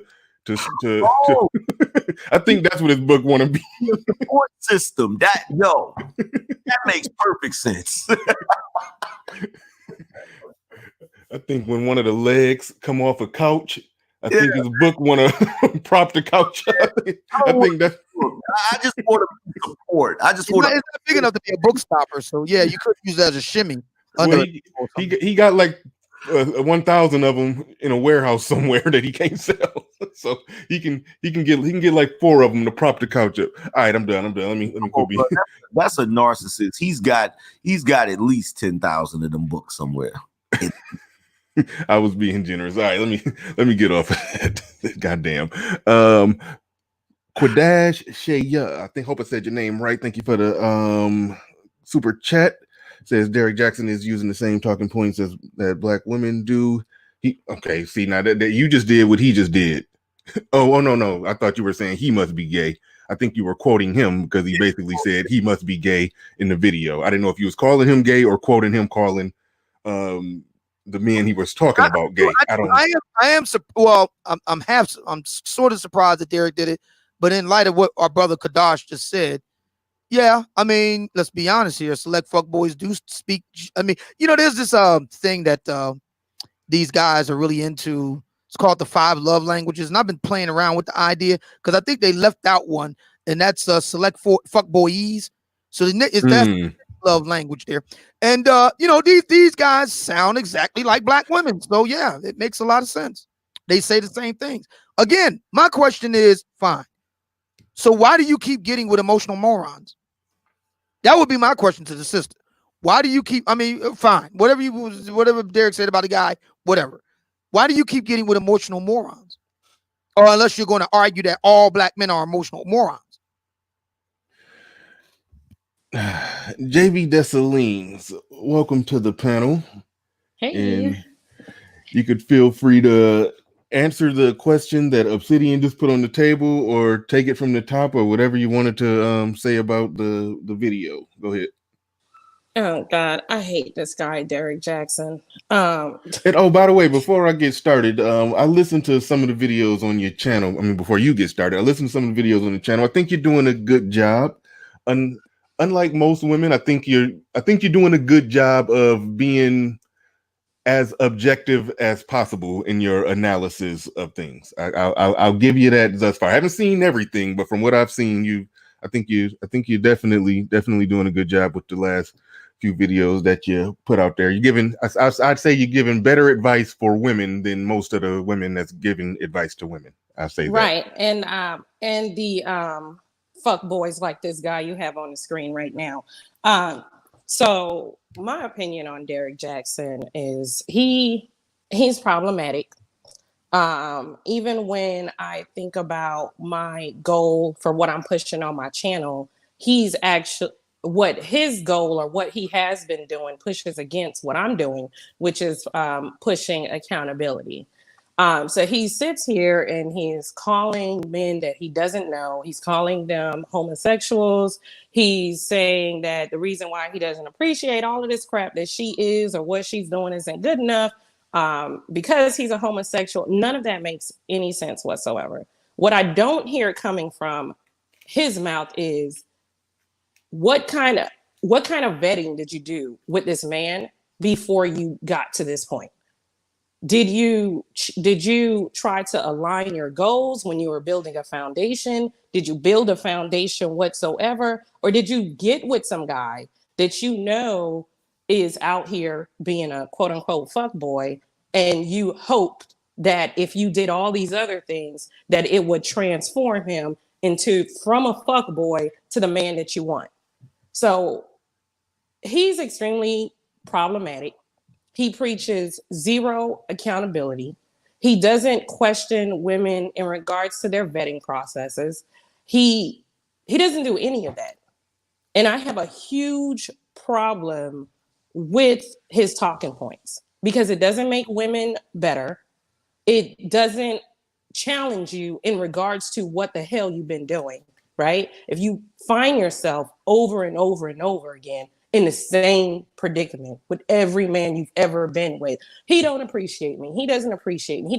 Well, then the question becomes, early on when you were setting the foundation and vetting this guy, did you align the fact that who you are as a person, it's aligned with what he values? Because if who you are as a person isn't what he values, I would push back towards the woman and say, why did you continue your relationship with this guy? And one of the biggest problems, and I'm sorry that I'm just kind of going on a diatribe, but I'm in and out of monitoring conference calls right now. Sorry. But one of the biggest problems with men who speak like Derrick Jaxn, right? They are the enablers of fuckery. There is a sector of men who are like him that enables fuckery from women who refuse to vet, who refuse to take accountability, who refuse to self-improve, and who refuse, most importantly, to reflect on their behavior and why their behavior keeps getting them the same results. And that's why Derrick Jaxn is problematic, and I'm just disgusted by his talking points and platform altogether. That's it. All right. I do want to thank the Prophet of Thought series. Brother Xavier says, man, listening to Brother Jackson is like being taught to speak Portuguese by a French-speaking person who was taught by an Italian-speaking person. Thank you very much for that super chat, Xavier. And also on the Cash App end, let's see who we got here. I don't want to say your government. Okay, it says Savant88. All I saw was your government name at first. I didn't want to say that, but Savant88, thank you for that Cash App. I appreciate that. Obsidian or Angry Man, do either one of y'all want to say anything, add anything to what JB said, or no, pick apart another separate part of the video that y'all? Yeah, let's move along to another one that you got there. Okay. Oh, you say you want to move on to another video? Yeah. All right. Well, give me a second. I gotta pull. Wait a second. Y'all about to watch multiple Derrick Jaxn videos? Yeah, okay, let's see. But first, we got to take a break for our sponsor. Let's listen to this. And now, a word from our sponsor. This exciting episode of the Obsidian Radio Zoomcast comes courtesy of the Derrick Jaxn Coronavirus Sale. Hello, ladies. For years, you swooned to his message of inspiration, affirmation, and uplift. And that's saying quite a lot, since quite a few of you ladies are hefty. But now, while you're cooped up in the house on quarantine alone and pathetic, you can get the one, the only self-love ambassador. All to yourself, because now he's putting on the Derrick Jaxn Coronavirus Sale. That's right, ladies. If you buy one book, you get a whole trunk load of books free. But don't take my word for it. Listen to the man for all cuffing season himself hawk his best-selling book that appears on no list anyway for a whole minute yourself. Take it away, Derrick. I go into full detail about that in my book, Don't Forget Your Crown. So if you want to know more about that, click the link in the caption. I just extended the 50% off sale. Yeah! I go in full detail about that in my book, Don't Forget Your Crown, and that's at the link in the caption. So get it 50% off if you haven't yet, because that ends soon. Now, that type of man and what he's attracted to, what he's looking for, what mentally stimulates him, if you want to know all about that, I go in full detail about it in my book, Don't Forget Your Crown. And the sale that I extended for 50% off is going on still, but it ends soon. So click the link in the caption if you haven't yet. Now, that type of guy I go in more detail about. I call him Mr. Right in my book, Don't Forget Your Crown. And I just extended the 50% off sale, so get it at the link in the caption if you haven't yet, so you can get in full detail what that guy looks like and what he's attracted to. Comments, man. Again, Don't Forget Your Crown, 50% off sale just got extended at the link in the caption. That guy, what he looks like, what to look for in that type of man. I go in full detail about him in my book, Don't Forget Your Crown. And I extended the 50% off sale at the link in the caption. So click it whenever you see it. 6 steps back and you just took 3 steps forward. You got to protect it. I say protect it with a relationship membrane. I explain that concept in one of my chapters of my book, Don't Forget Your Crown. And I just brought back the 50% off sale, so get it at the link in the caption if you haven't yet. Yes! What a minute, man. The Derrick Jaxn coronavirus sale. Now that's some self-love for your huge ass. Hey, Derrick Jaxn, you bastard. I read your book. Yes. And thank you. We got to do it one real quick because we are at the top of the hour. If y'all are gonna play multiple Derrick Jaxn videos, I'm gonna go ahead and pull the rip card. I appreciate you guys for having me on. All right, man. All right, Angry Man. Appreciate you coming up, man. All right. Always a pleasure to have you. Okay. Yeah, I knew Angry Man was gonna tap out sooner or later on this shit. Yeah. All right, so this is one from the past, right? Yeah, I found a blast from the past. I don't know if you covered this one before. You may have I might have. I don't know. you may Maybe have covered this one. I'll roll it. I'll roll it. we'll for old time's sake. What the hell? Go ahead. Yeah.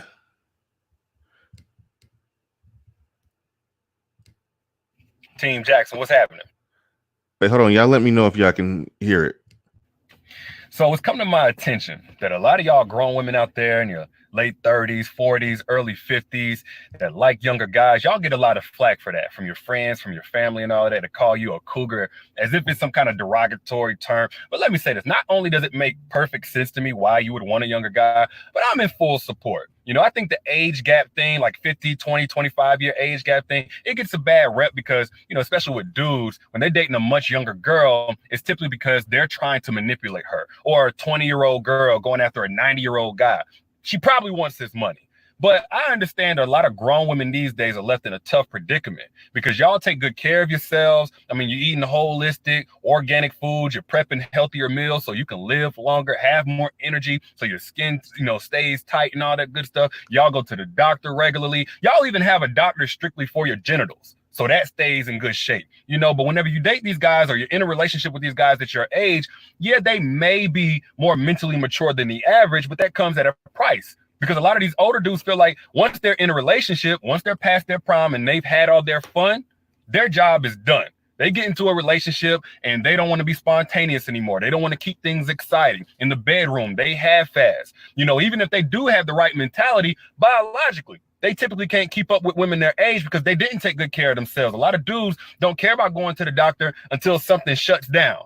You know, or they got bad drinking habits, or they're eating Waffle House 3-4 times a day and McDonald's and all that stuff. So, you know, now they got a low sperm count, or they done slain their dick all over the city. So now it's burnt out and they can't keep a consistent erection. So, you know, they get into these relationships with these women and they leave them unsatisfied, you know, especially in the bedroom. She wants somebody that can pick her up. But if he work out, he probably don't even work his legs, so they skinny and his belly big. So he can't do that. He can't go past the first round because he ain't got no energy. You know, she just warming up and he already shutting down, going to sleep, and she ain't gonna get none for the next week or two. So when she goes back out on the dating scene after that relationship falls apart, you know, these grown women, they saying, well, shit, I don't need nobody for financial stability because now I'm old enough. I've progressed in my career. I'm good there. I just need a man who's 1, mature mentally, 2, honest, and 3, can leave my back in shambles. That's all a woman want, you know, and who else you gonna find that in but a younger guy? Because let me tell you something, these younger dudes, there's a wave of guys who got their mind right. They 25 years old, 23 years old, 27 years old, because they was raised by these 55, 60-year-old women that know what these ain't shit older dudes are like and said, you know what? My son will not be one of those. So mentally, they got their mind right. And then physically, they still got a lot of juice left in the tank. So by the time they 40 or 50 or 60 years old and they start slowing down, the woman, she's 70 or 80, so she good. So it makes total sense to me, and I'm 100% in support. You know, if you're an older woman, you're a grown woman, and you want you a younger man, I say go for it. The only people we need to side-eye, if we're talking about cougars, the real cougars are those women that are 30, 40, 50 years old. They got a dude who's technically their age, but mentally he's still in the 8th grade. She got to carry him, babysit him, raise him, calling him her man, and that's her whole ass dependent. Those are the ones we need to side-eye, and hopefully they make better dating decisions. But as for the grown women, you trying to get your groove back or keep your groove because you never lost it, I say do your thing. But y'all let me know what you think in the comments, man. I'll let y'all in. All right. Yeah. Yeah. Okay. So here's a problem I have with this. You know, there's been a lot of demands on the black manosphere to be fair and balanced. Mm-hmm. Okay. Black women themselves have no interest in being fair and balanced. And this is the proof. What we're looking at is the proof. If there was a Derrick Jaxn, they don't exist, but if there was one, a black female analog to Derrick Jaxn, and she did what you just heard from Jackson for brothers, we'd never hear the end of it. And that's the only problem I have. You know, I have accepted that Derrick Jaxn has a bias against older brothers because he's got daddy issues. I get it. Fair enough. And really, the only ageism that's really okay in Black America is against older black men. I've noticed this. See, we really don't want to say anything about older black women because let's face it, that's Big Mama. But we could talk down on older black men. That's okay. Black men and black women alike do that. So there's that. As a technically disabled guy, another thing I found is that it's completely okay to kick dirt on disabled guys in Black America, most of whom got their disabilities by working. I know I did. So, you know, look. Yeah, work or war, one or the other. That's how it happens. Look. If this is how we're going to play it, fair enough. I accept. See, like, for example, I accept that there are no good black women. By that, I mean, you're not going to find a black Christina Hoff Summers. Look her up. She doesn't exist in Black America. Okay?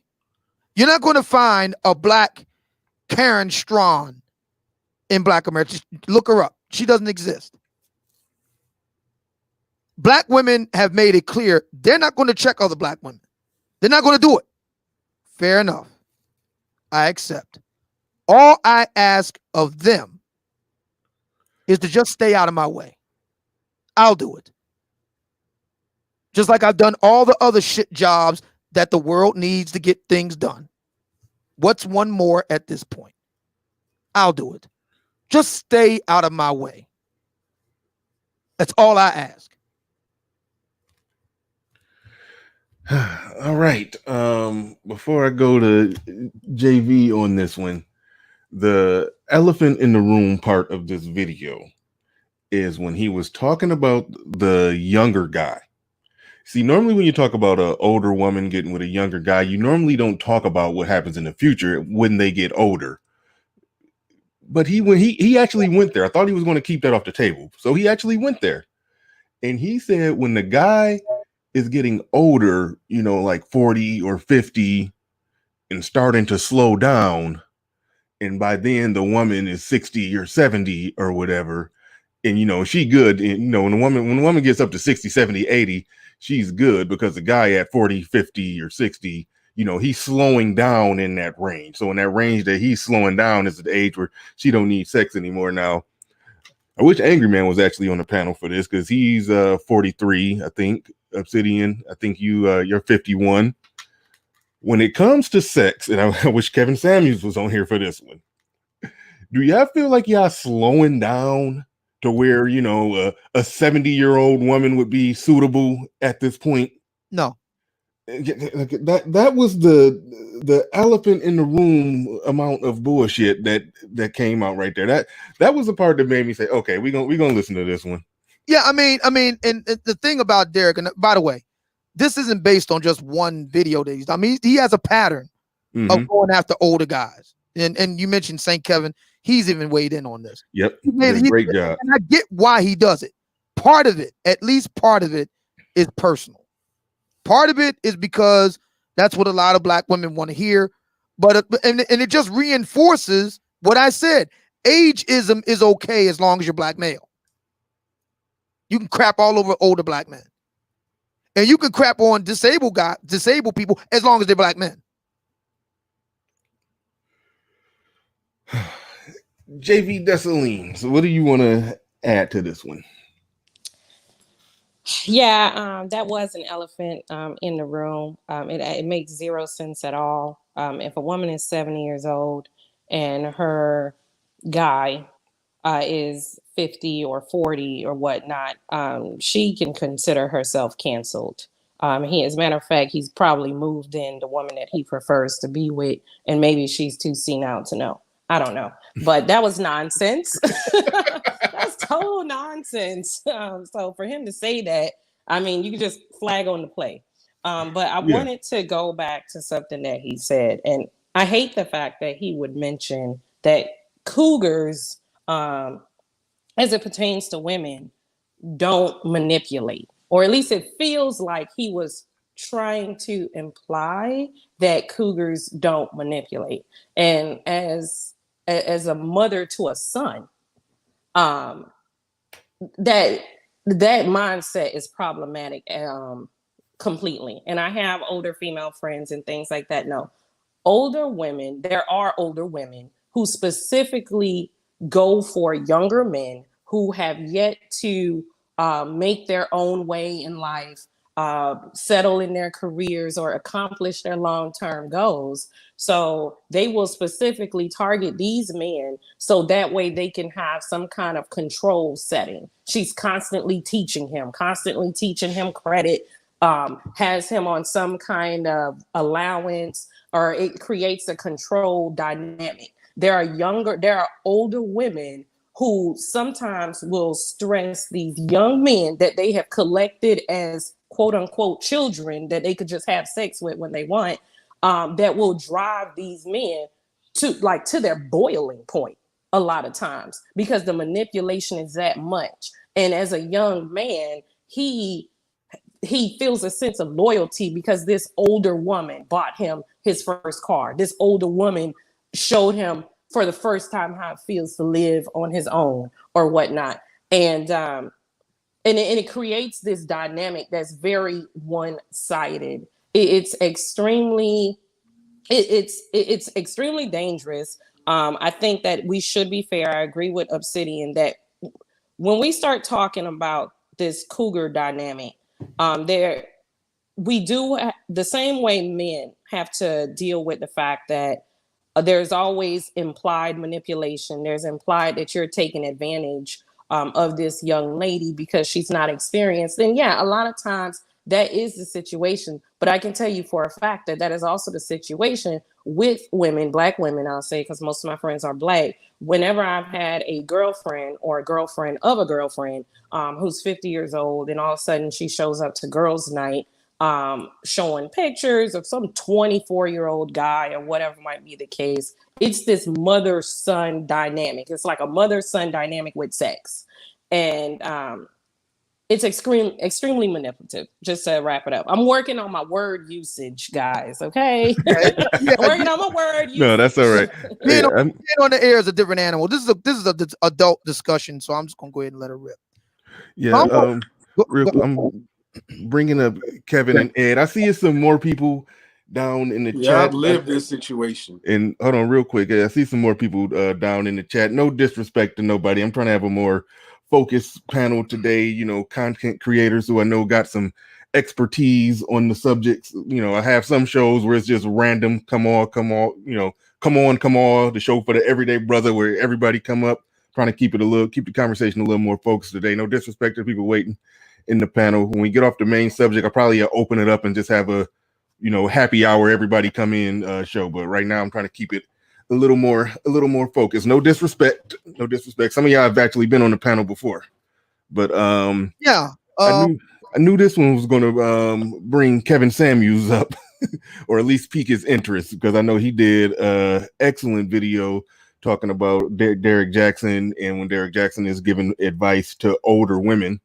And so I'll pass. Well, Obsidian, it sounds like you had something that you wanted to say real quick before we go to. I'm gonna go to you, then I'm gonna go to Kevin Samuels on this one. Yeah. So this is an adult conversation, so I'm just gonna go ahead and let it rip. So there was a really good book years back, came out, excellent book called A Billion Wicked Thoughts, right? And it was about human sexuality seen through the lens of Google. In other words, the premise of the book was that we would find out a lot about human sexual desire, male, female, gay, straight, lesbian, all of it. And we could do that by way of Google searches, right? Because let's face it, you give people a survey, they can lie on it, the Bradley effect and all that sort of thing. So if we could just look at the raw searches around the world of men and women in terms of sexual desire, we could really glean some stuff. And the book was excellent in that regard. Why am I mentioning this? Jackson does make a point. He talks about what JV Dessalines just mentioned, this dynamic. And I can't quantify it. I can't give you numbers on it, but I have anecdotally seen an emerging dynamic between black men and black women where basically a lot of black women are interested in boys. Now, technically, they're men, they're 20s and that sort of thing, but they look literally like boys. So I was watching porn the other day, right? And there's in Atlanta, this is a woman from the Atlanta area. I'm not going to say her name. Black, and she's clearly in the MILF category. That is to say, 35 and above.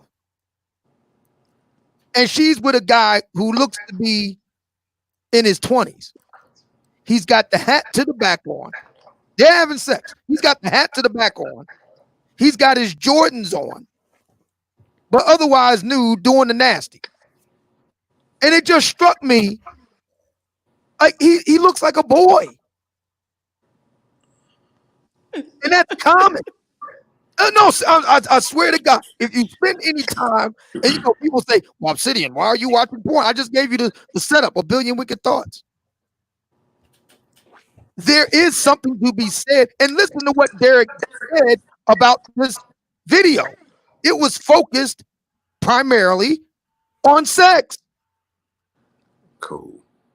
All right. So there is something to be said about this dynamic. Now, does it bother me personally? No, it doesn't.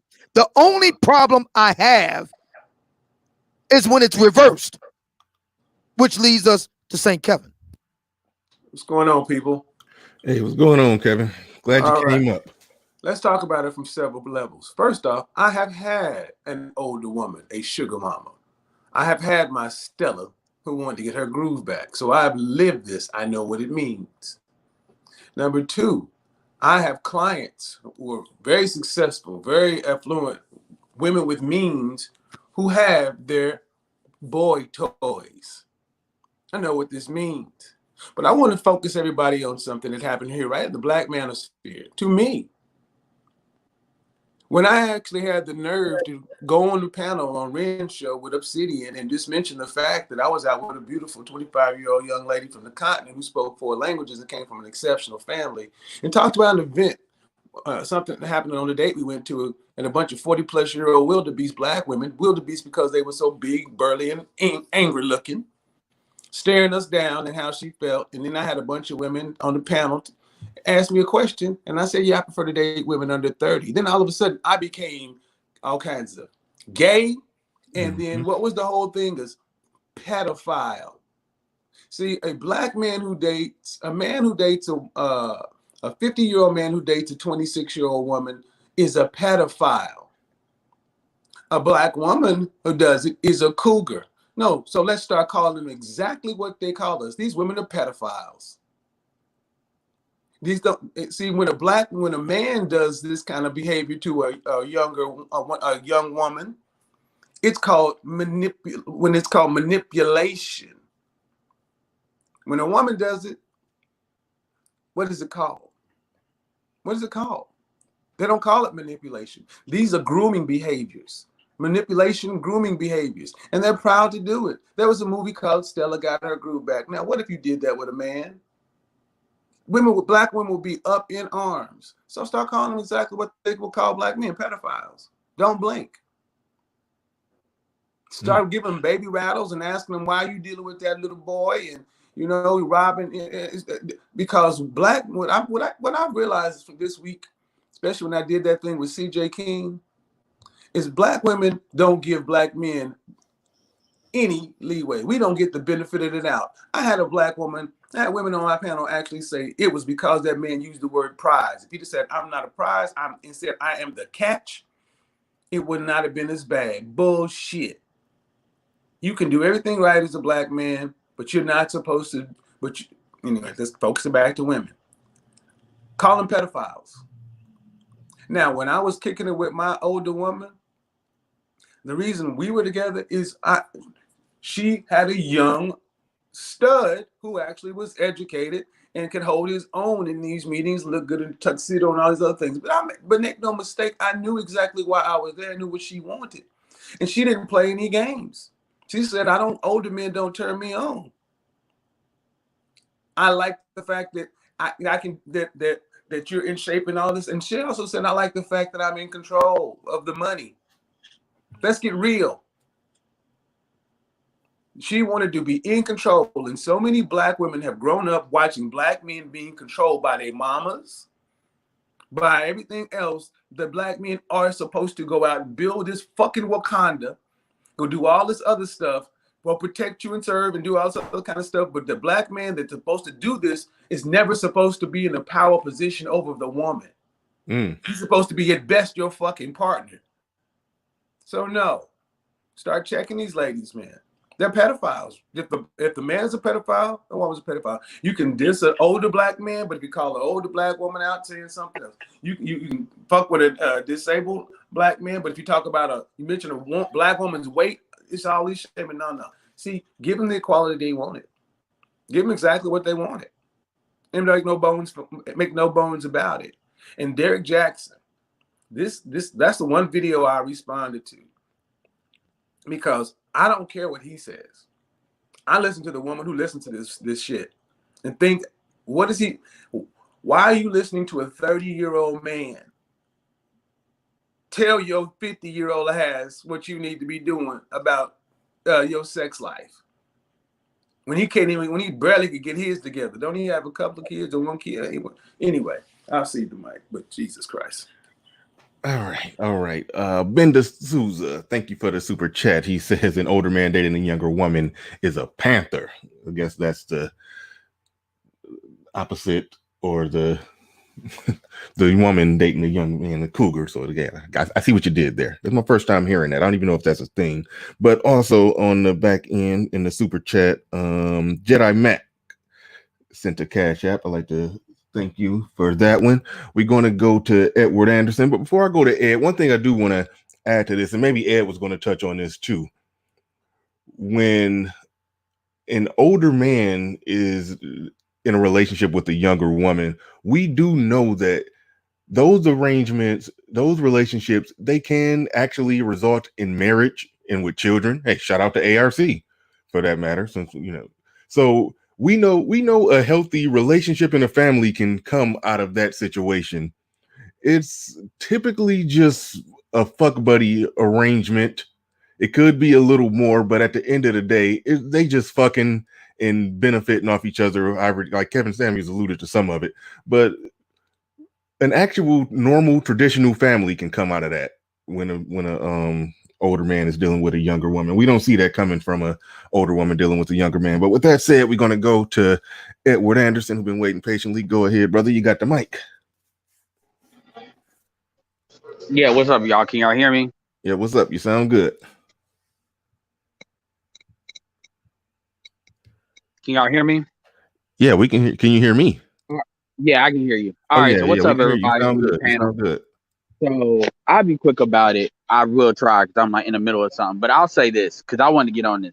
I've been kind of low-key alluding to this for a while now. This is kind of a part of the thing when I talk about the gynocracy. But also when I mention celebrities such as Usher, such as, Dwayne Wade, these dudes got like 10-year gaps.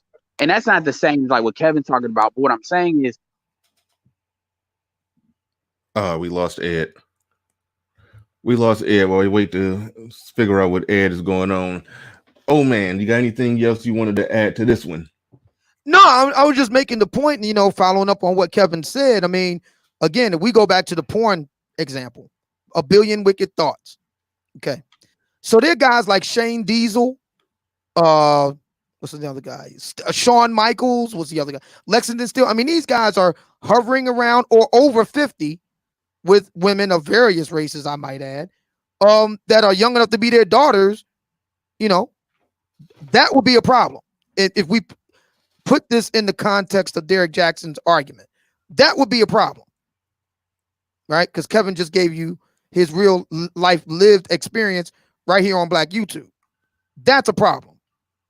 But the reverse is not a problem. As a matter of fact, it's considered to be celebrated and whatnot. And that's the only problem I have. I don't have a problem with who, as long as the people involved are, legally of age, I don't have a problem with that. That's their choice. Fine. That's the only problem I have.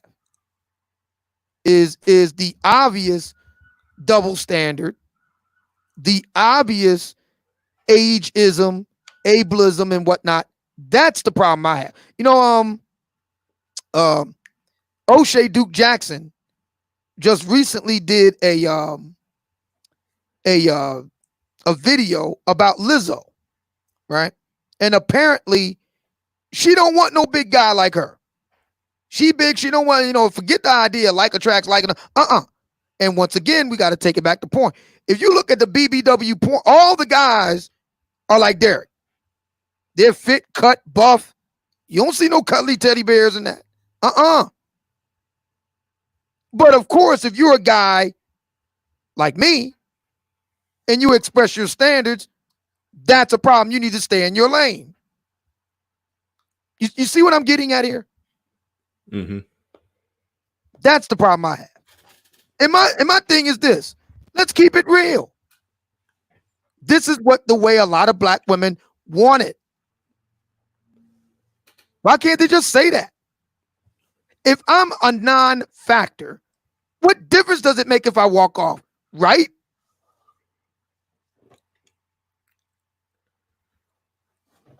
Right. Let's talk about how the implication that was put in there is that, these men, and we're talking about black men, these black men, they getting older, they ain't taking care of themselves, they didn't eat right, they got older, they dick don't work, they got a pot belly, they this, they that. But women, they are, they taking care of themselves, they eating right, they, we can't.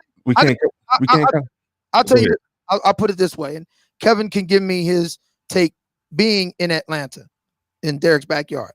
When I went to go see him last year, I didn't see much evidence of that. I saw a lot of heifers. Okay. Oh, by the way, and maybe JV Dessalines can answer this because she is the sister on the panel. What is it with the big hefty sisters that's got to wear these real skinny stiletto heels? What is that all about? I mean, I think they have shoes. I'm not a foot guy, but I mean, all guys like to see ladies in nice shoes or whatever, right? So if you're a larger sister, we're not going to put any judgments on this. If you're a larger sister, I think they call it the chunky heel. Or, you know what I'm talking about, JV. I would think if you're a sister of a larger size, the stiletto heel ain't going to work for you. There's too much junk in the trunk, so to speak, for that. So I would think that you will roll with the chunky heel or maybe, you know what I mean? You get the idea here. Why do black women that are, they're pretty hefty. Why do they got to wear the skinny heels? I don't get that. I saw a lot of that last year. And, they're kind of leaning over. You know what I'm talking about. What is that all about?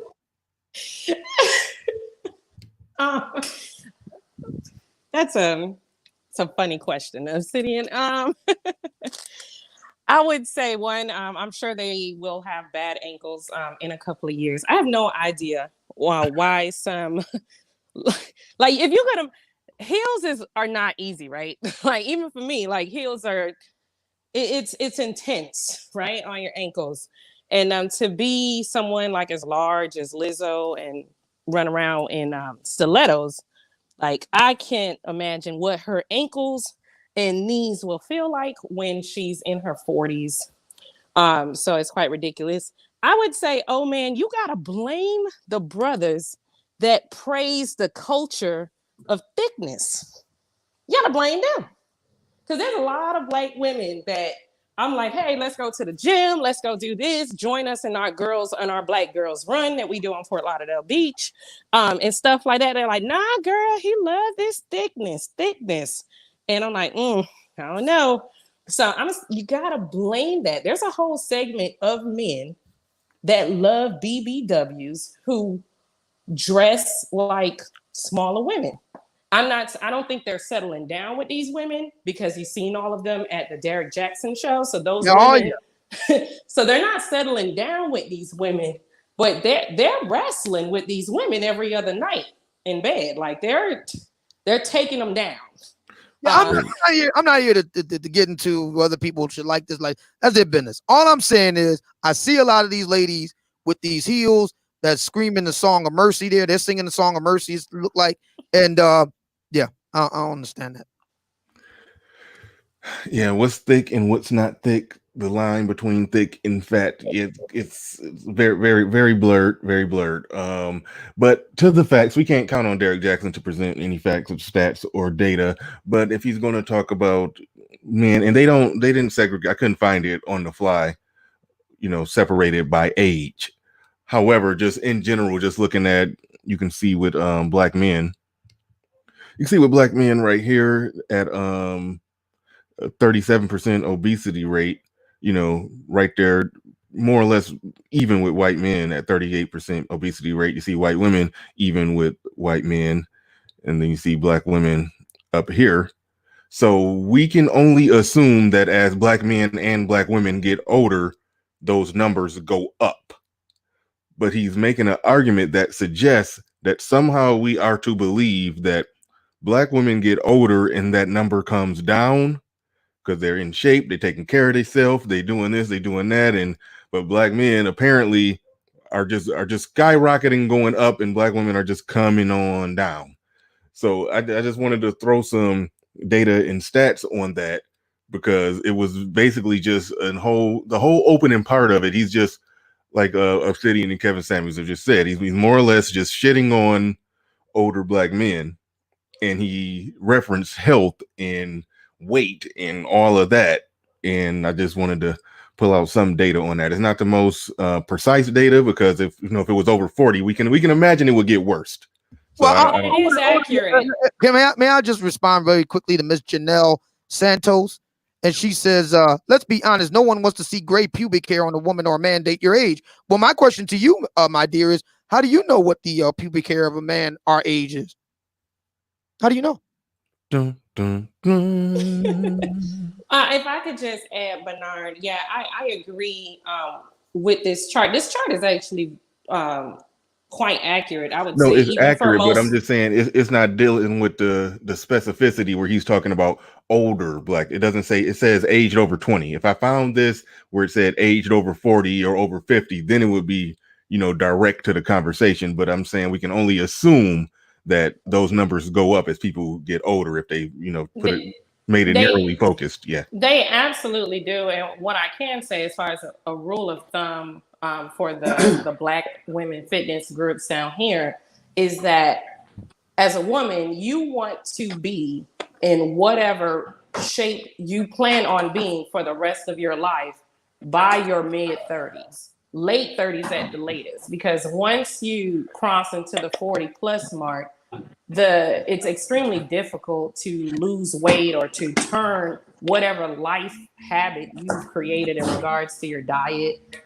There's a lot of Black women who are suffering from diabetes in their 40s, or even in their 30s, but they refuse to.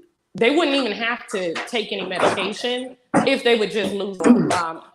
I agree with what you are trying to prove directionally with this chart. Yeah. Yeah. Trying to remember what else did he say Hello? in there. I think Kevin, you there? Yeah.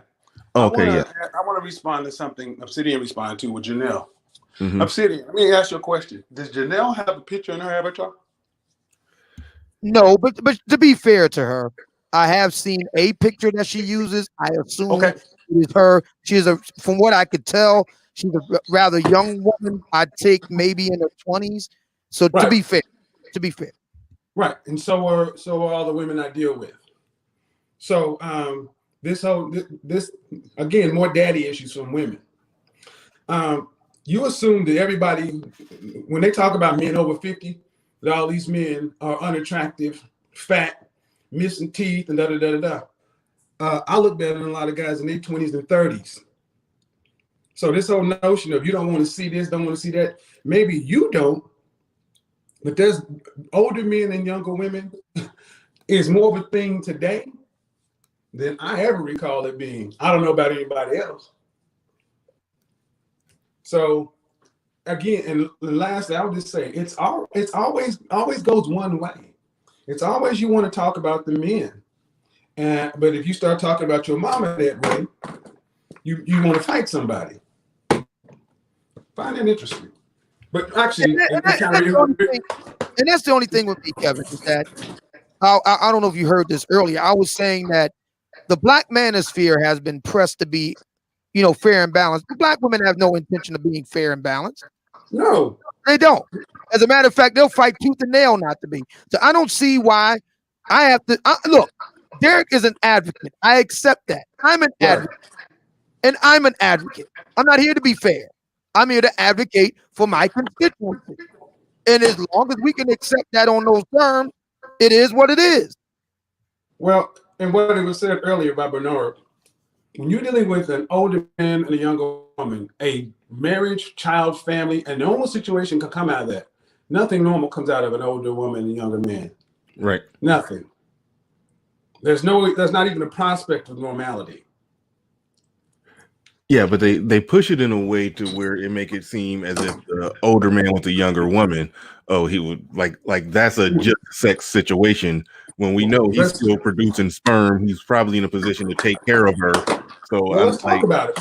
Let's talk about it. How many people actually know women who have means and deal with younger men? I do.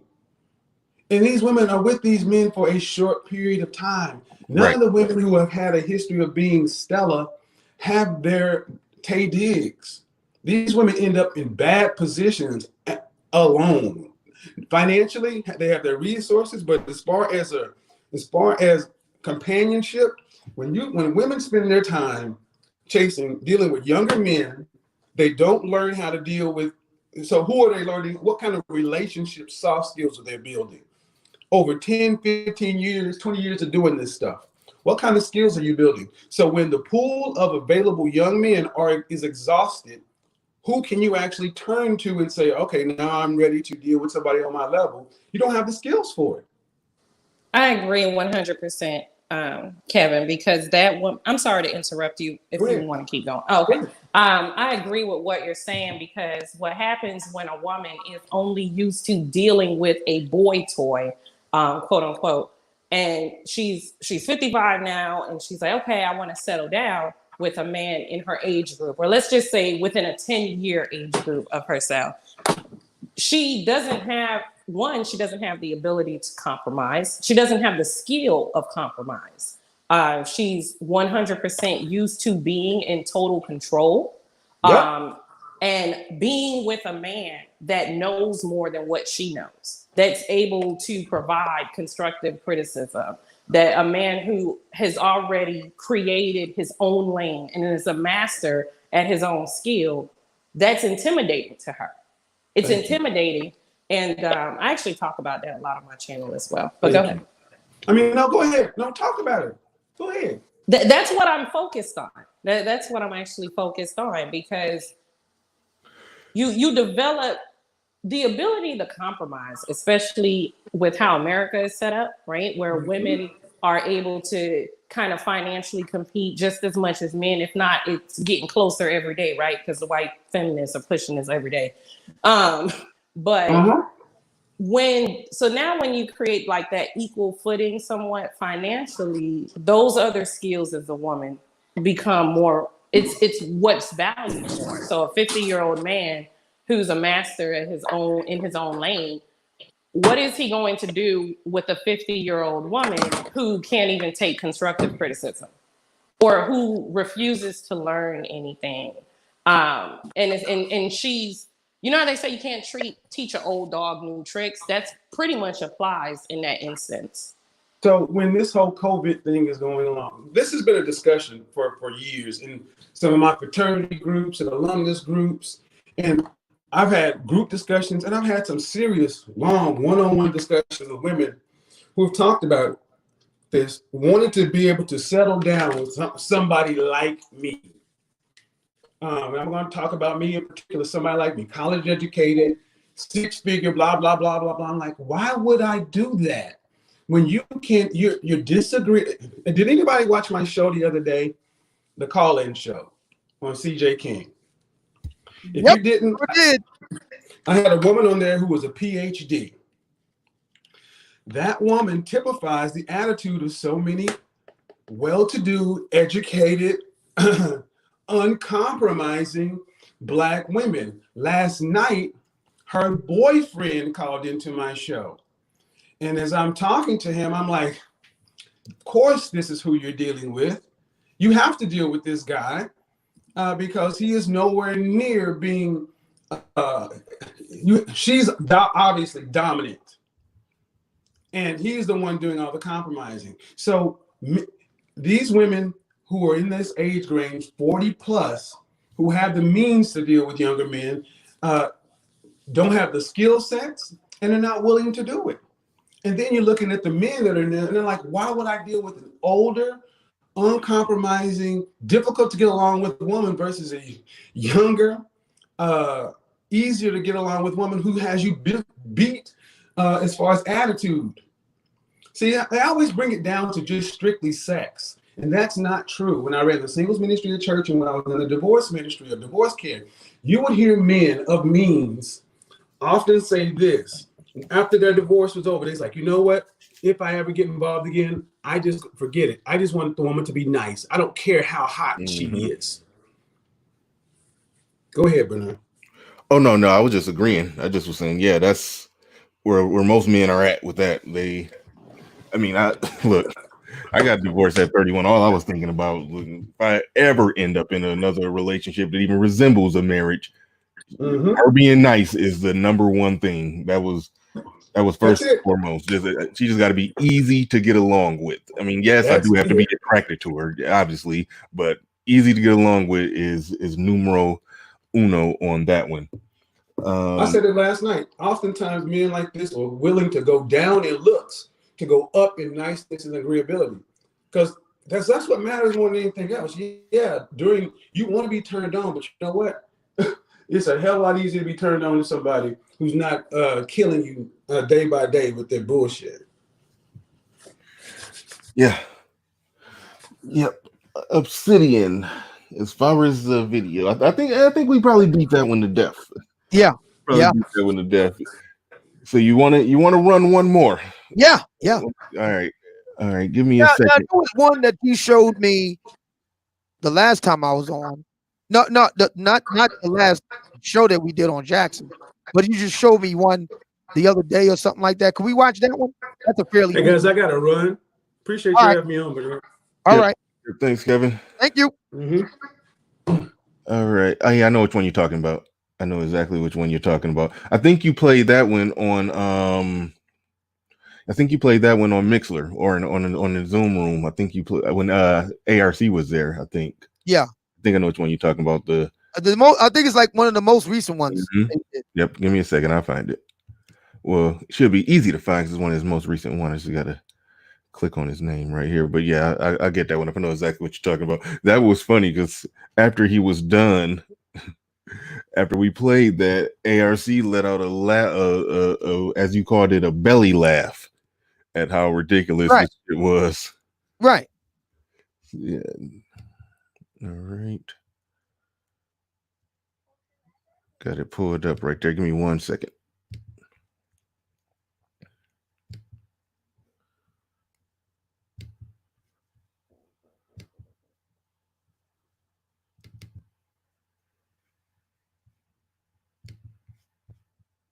happening? So I just was reading this DM from a girl, and she was telling me about Obsidian. Could you hear that when it was playing? Yeah. Okay, good. Chat, let me know. Push one if y'all dating. She's like, chat, push one if y'all can hear that. I'm not 100% sure if I clicked the audio thing right. 21, 22, so they're fairly young. But it seems like his insecurities are getting in the way of them getting into a relationship. He seems interested, but it's always something that seems like he's trying to keep himself detached in a sense, like there's some type of insecurity. She so happens to be like a really pretty girl and intelligent, accomplished, all this other shit as well. So she's thinking that he may just be kind of intimidated. And what I told her was, it's like, you know, he may get over this. This may be something that he settles in and gets used to you or whatever. But the biggest thing is, are you willing to pay the price that it's going to take for you to wait for him to get over it, if he'll ever get over it? And right now, you need to also understand that, you know, when you see those insecurities as a result of fear, and fear is probably the result of him believing that you can do better than him, that he's not on your level. You know, typically when we're talking about fear, natural human response is fight or flight. Flight being the most like fearful response, at least what we associate with fear. And it comes in the form, when we're talking about dating, in the form of emotional detachment. You know, let me keep myself from getting in a relationship. Let me try to bring up things that you're probably doing with other guys, things that will, you know, make my ego be the problem, or put my ego in between the two of us, you know, becoming emotionally attached, at least on his end. Let me say things like, oh, you probably want that type of guy, not me. You probably want the rich type of guy, more educated type of guy, guy that comes from this type of family. Like, that's what flight looks like. Emotional flight looks like detachment. Now, of course, when you're talking about fight, that actually could be one of two things, depending on who he is. The negative kind of fight is whenever a guy tries to control you or control the circumstances around you. Typically, you see this more or less, not just whenever you get in a relationship, but definitely when things start getting serious, whenever he's able to say, don't go here, don't go there, why you got to be wearing that, try to shame you and see if you'll go for that shit first off before y'all even get into a relationship. But that's more of the fight. Like, I know you can do better, so let me try to manipulate you. Let me try to scare you. Let me try to convince you that nobody else would ever want you. You can't do better than me. Like, you need me to survive.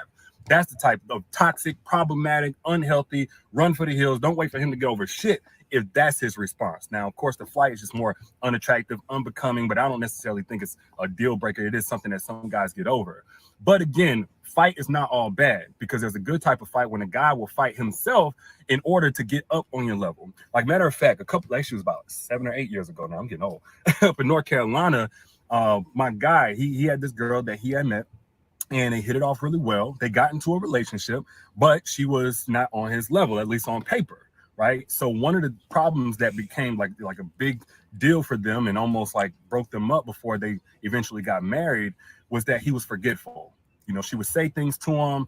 She would mention things that she liked, but if she didn't like detail every single thing, damn near pressure him to do something, he just would not do it. And not because he didn't want to, but because he would forget. So this is what he started doing. That boy started keeping a calendar. Whenever she mentioned, this is my favorite color, this is what I'm into, oh, that would be nice, he put it on his calendar. She said it went on his calendar for him to execute. Bookstore and chill, that's what she liked to do. He never liked to read. He going to the damn bookstore within a couple of weeks. She liked red, purple, he getting the flowers in that color. You know, whatever, she liked the 5 love languages and shit like that. I ain't saying that he read the actual book, but he read the summary just so he could connect with her on something that was really important to her, on things that she could relate to. It wasn't about him necessarily liking everything that she liked. It was about him putting forth energy and effort to show her that he wasn't bullshitting about her. And again, like I said, they're married now, I think 5 or 6 years. But that was him fighting for her once he realized that she was on a different level. He wasn't on that level, but fuck that, he gonna fix that problem. You know, and that's not the only way that a guy can fight for you. There are several more. Actually, I go into detail about this in my book, Don't Forget Your Crown. So if you haven't gotten it yet, I'll extend the 50% off sale one more time at the link in the caption for those who haven't gotten it, because you need to get it. But moral of the story is this, man. I heard somebody say once, be equally yoked. Get somebody who's on your level. Get somebody who, you know, brings the exact same amount of value that you do to a relationship. I'm here to tell you that is not required for a healthy relationship. What's required for a healthy relationship is 2 people who see each other as worth fighting for. Of course, the person that's on a higher level, they have to fight in the form of not only having discernment to know whether or not the other person is worth fighting for, but having the patience for that person and saying, you know what, they may not be on my level yet, but I see them trying. Where they at currently is not so toxic that I can't hang in there, and they're worth it. And a person who's not on that level to say, you know what, that person is above me and they on some shit I ain't used to, but I'm willing to do whatever it takes without losing myself to get up to that level. Long as 2 people see each other as worth fighting for, to get equally yoked, if they're not initially so, then you can have something special. But Y'all let me know what you think down in the comments. Again, don't forget your crown. The 50% off sale is ending soon. Add the link in the caption. I'll holler at y'all later. Peace. All right. There it is. There it is. Look like somebody put the yes in there. Cut it out, man. Cut it out. Yeah. All right. You wanted to hear this one, so yeah, go ahead, take it away. Okay. So in light of what happened this week, right? CJ King. You got brothers out there that are competent. They are. Like Derrick talks about, the sister wants to go to the bookstore. There are brothers that like bookstores. Mm-hmm. I mean, why is it that we got this? And we just talked about this cougar dynamic, right? This power issue, right? See, here's my argument. A lot of black women can't handle a smart, competent black man. Let me say that one more again. See, I argue a lot of black women can't handle a smart, competent black man.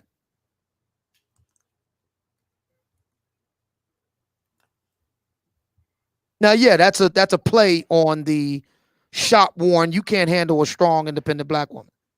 It's a play. It's intentional. See, a lot of this stuff gets left out in Black American life. A lot of details get left out. And this is one of those details. There are smart, competent brothers out there. Just a lot of sisters just can't roll with it.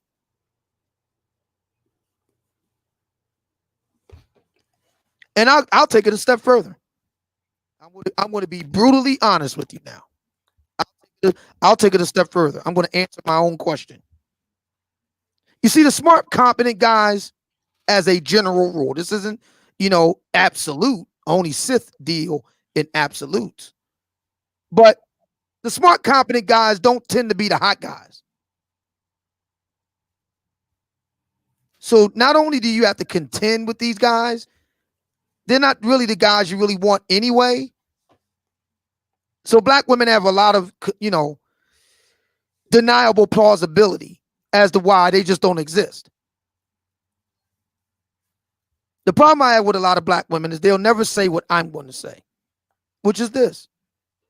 I know for a fact that there are good sisters out there. Many of them very smart, a few even funny. I just don't want to see them get naked. That's all it means. That's all it means.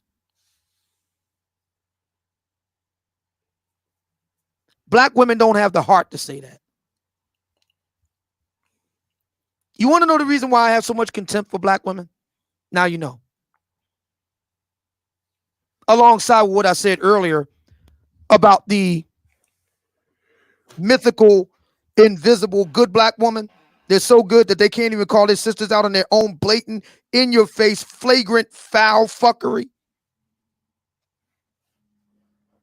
Now you know.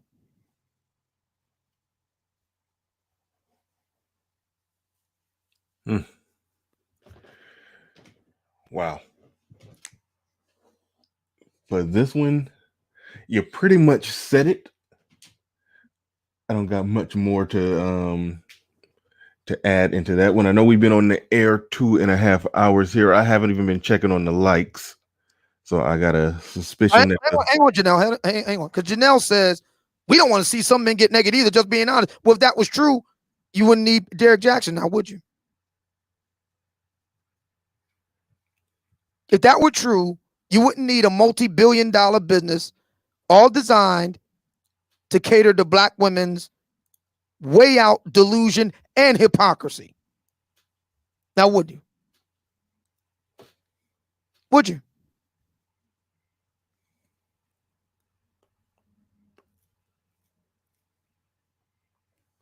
You can't even say it.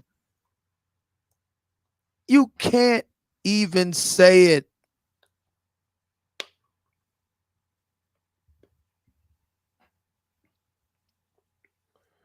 I think the best way to look at it, to word it, to maybe to where just an outside chance that she may understand, and maybe she don't fit in the category of women who are saying things like there are no good men out here. Those women that are saying things like there are no good men out here, there's no men who will treat me like this or treat me like that. The argument is, of course, there's men who will treat you like that.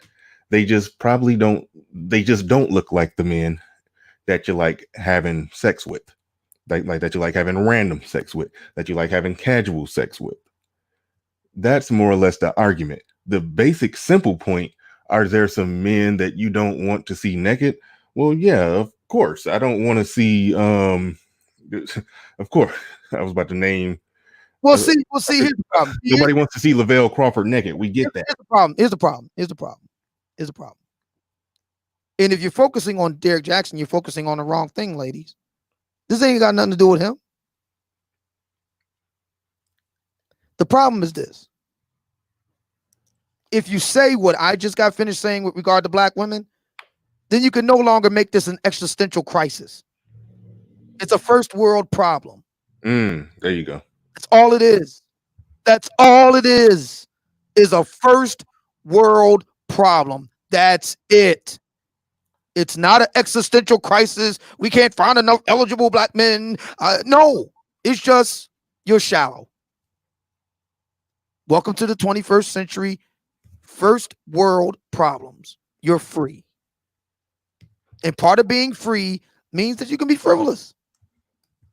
Part of being free means you can be superficial and shallow. That's what being free means.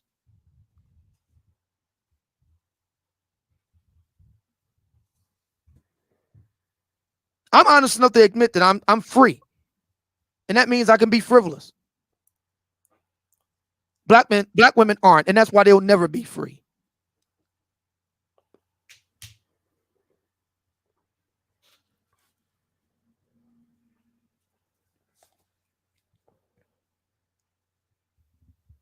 They'll never be free.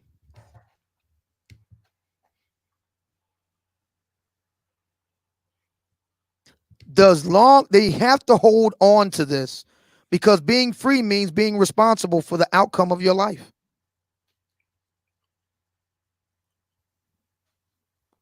Let's try this again. Many black women cannot handle a smart, competent black man. If you want boys, that's what you'll get.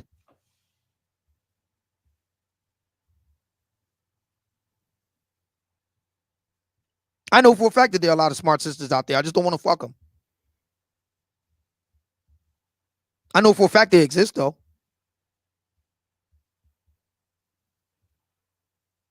You get no argument from me on that.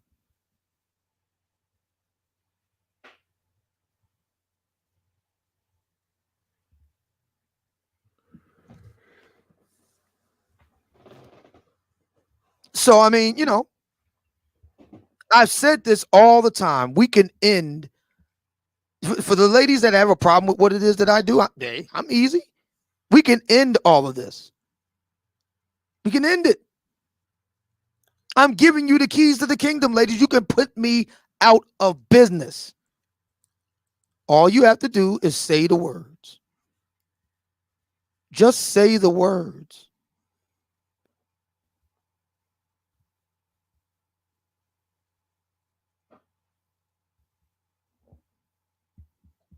That's all you have to do. You don't have to pull hen's teeth from me. I'll do it one more time for you. I know for a fact. You never heard me go after Shonda Rhimes. Shonda Rhimes with the Dartmouth, man. Hands down, one of the smartest black women around. No doubt about it. I have absolutely no interest in seeing her naked. Not on the coldest night in Juneau. See how easy that was? Now it's your turn.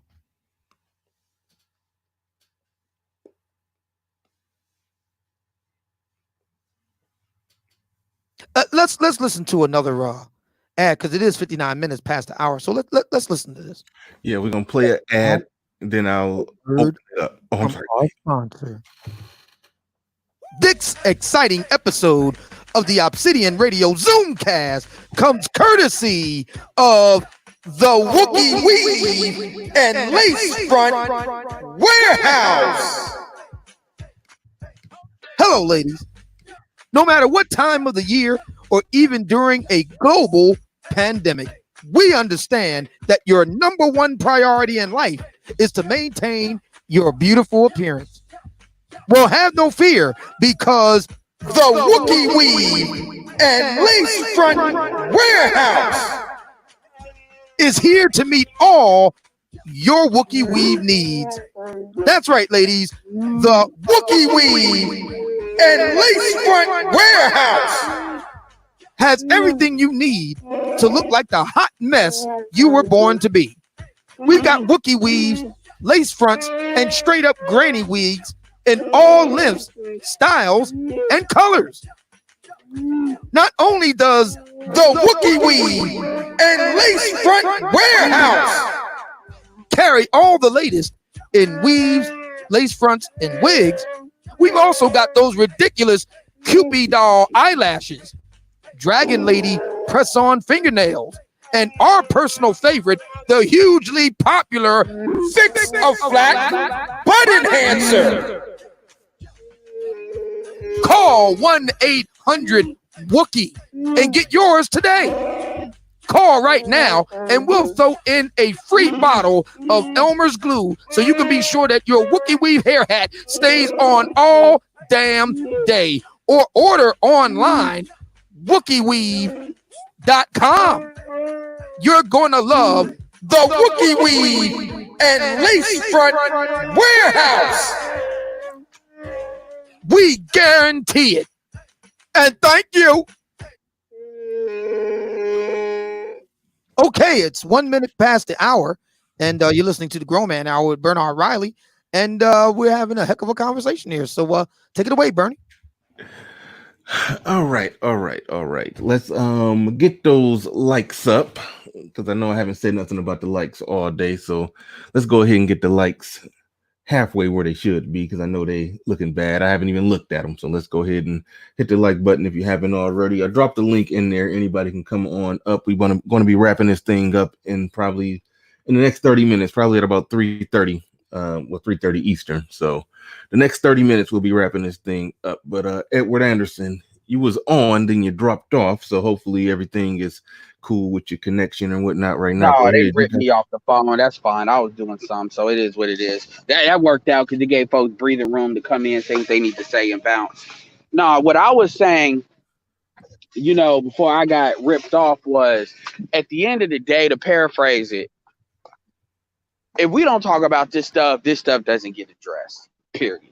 And what you have is folks that basically come on the space, and their sole goal, even whether they believe it or not, their sole goal is to basically kill the conversation.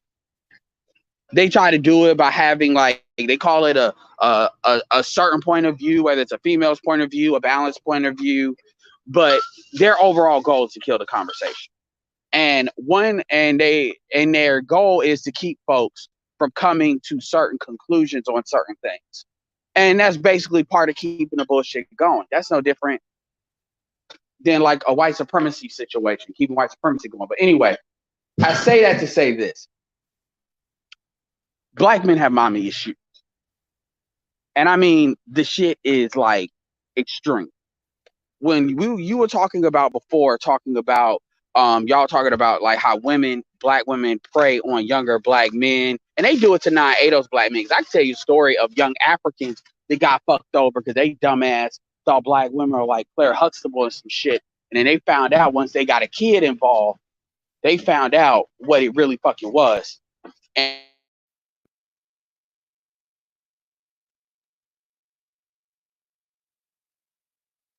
so it's definitely real. But also I can tell you about dudes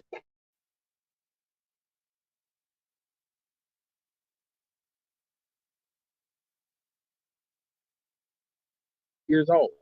So I've known of this shit for a while. But one thing is, black men have. Ed, you keep going in and out. It's like it's not even Borging. It's just coming to a complete halt, and then you come back in. Oh, can you hear me? Yeah, we can hear you, but it will like you will be talking, and then it will just drop completely. It will go like you hit mute, and then it would come back. So I don't know what's going on with that. So yeah, go ahead and give it a try. Now it's fine now. It's the Wi-Fi. All right, it's fine now. At the end of the day, black men gotta be honest about the fact that they got an issue with their mother. They got massive mommy issues, and that mommy dynamic, a lot of black men like.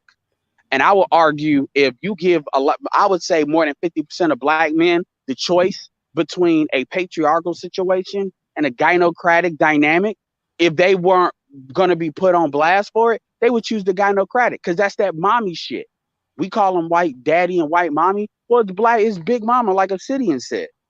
And black men have to be honest about that. And a lot of the pushback that I get, quite frankly, is dudes that are trying to do everything they can to not come to that conclusion.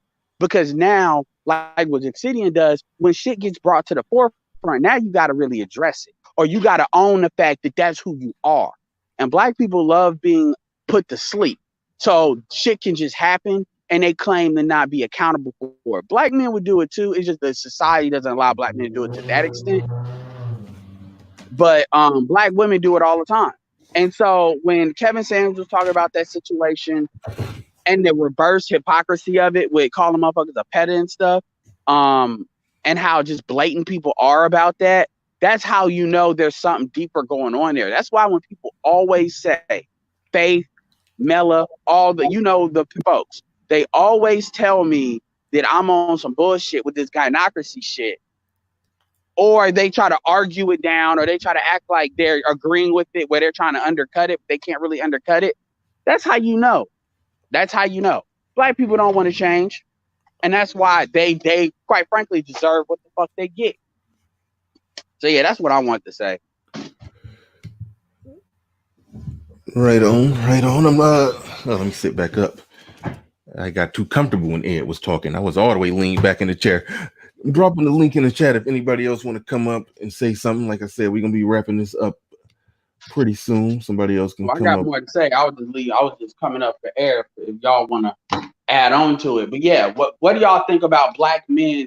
A majority, I'd say at least 50% of black men, they prefer just like how a lot of black folks prefer on some socialist shit, a white mommy and white daddy situation, rather than being accountable for their own outcomes, that freedom thing Obsidian's talking about. I'd argue at least half, if not majority of black men will prefer a black mommy situation. They prefer that I'm just fucking, you handle everything else situation. By the way, this is why niggas that trade on the bitches they fucking and what bitches are doing always think that that's the only thing that counts. That counts above everything else. A nigga that is a homosexual that knows he can jump from bitch to bitch will actually think he's a better nigga than a black man that's actually taking care of himself. Why? Because the bitches validate that shit. Because they're the only ones that do. They're the only ones that say that shit's okay. You don't see no other group of men saying that shit's okay. You don't, the only matter, and that's the only respect that they need. Mama's love and his other love. Oh, there's another thing I would say, and I got cut off, and I didn't realize that I looked at my phone. There was a situation maybe a month ago, probably a little bit less. BGS was on it. I think Angry Man was on it. And we were talking. I forget what channel it was on. Might have been Arctic Imar. I think it was Arctic. And there was this dude that he was fantasizing about killing. He didn't say it directly, but what he was doing, he told a story. This is a dude that, I hate these maggles and daggles. But at the end, he's a young dude. But at the end of the day, he was telling the story about how, and we were like trading stories, right? So he was telling a story about how his mom was dealing with this dude that she's been dealing with for a minute. And he would smack her around when, she got out of pocket. And one time he did this and he dude just got angry and fought him. I mean, it was just like throw blows, like World War III, whatever. And his mama called the police on her son, even though the dude was the one that started and he reacted to his mother getting hit. His mother called the police on him. And this is when he realized he left the house and he's handling his shit, doing good things. But he kept on talking and it got to the point And I had to call it out because he was just like, yeah, man. And, you know, I used to have dreams about killing the dude and what it would be. And he didn't just say it once. He said it about 4 or 5 times, like in a succession. I said, nigga, you actually fantasizing about killing this dude when at the end of the day, this nigga is only in your house because it ain't like he's there for money. He's there for companionship. The only reason he's in his house, in her house, is because she wants him there. Because what I was telling him is, I said, if she says anything about that situation, don't even handle it. Do not save her. If once she did that, at that point with that situation, she's on her own because she chose it. And we were talking about how black men need to break free from their mothers first. And this is why I say that, because all this stuff is really a cascade of that sort. But anyway, he was really like, yeah, man, you know, I just wish I could get a hold of him and break his neck. And I said, dude, you fantasizing about killing this dude. And I'm like, nigga, do you ever actually think about the fact that you hate this dude, not because he hits your mom, but because your mom chose him over you? That's really what it is. And because you can't even understand what I'm talking about saying she's on her own.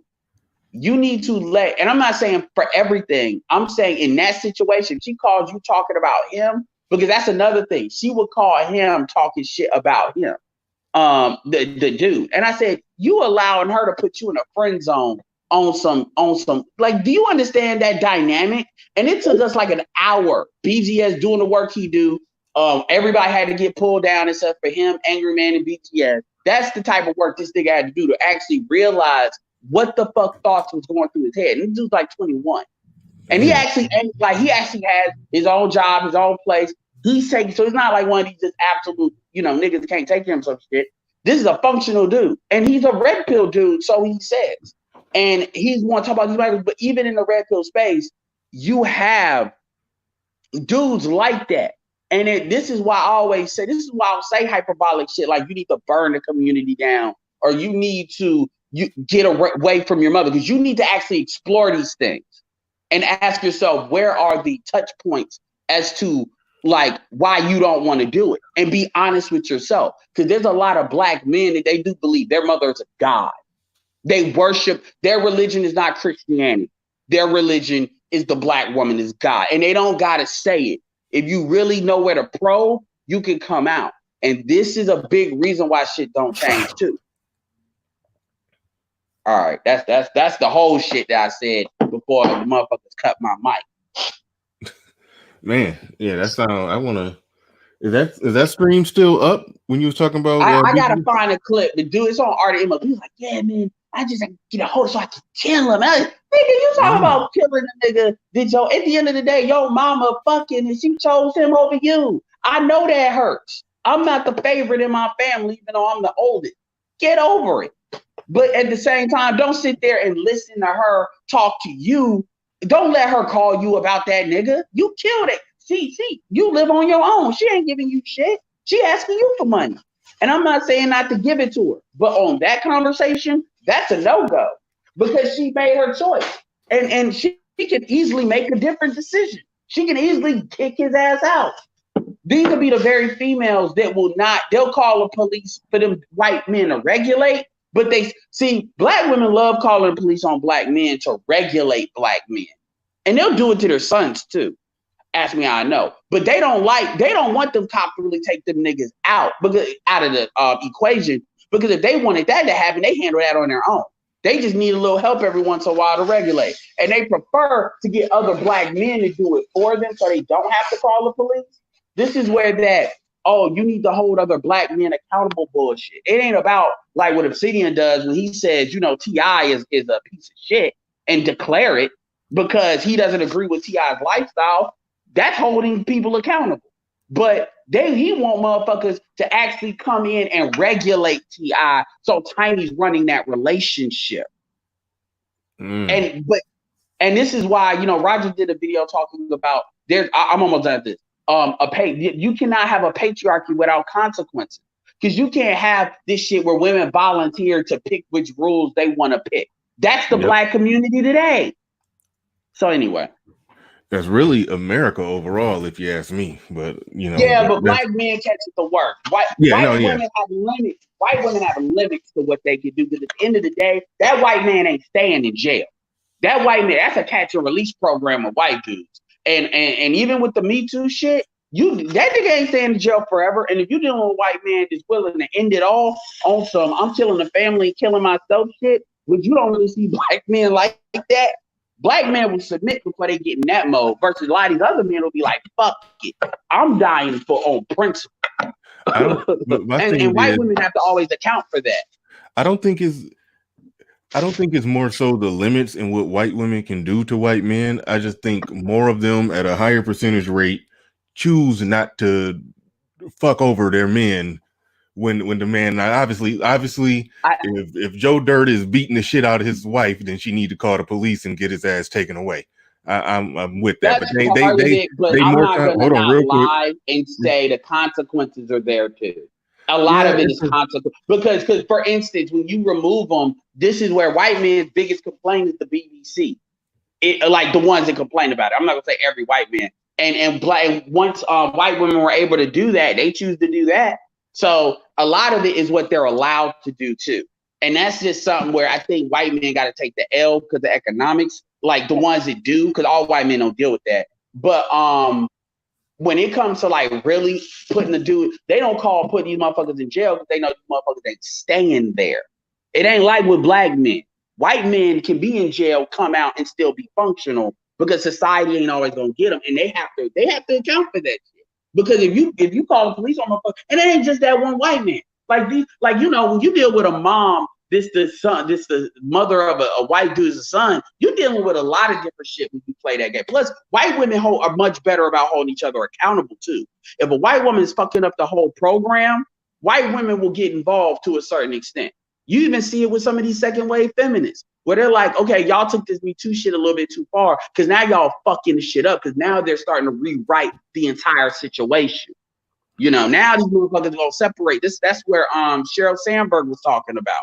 So they're much more willing to hold other women. This is what Obsidian was talking about with the Karen Strong and all that. They're much more willing to hold other white women accountable for their own collective benefit than black women. Black women actually will validate the fuckery, believing they're not understanding how sophisticated women validating ratchet behavior actually makes you look ratchet. And then they want to always, black women will say, oh, it's some, but not all.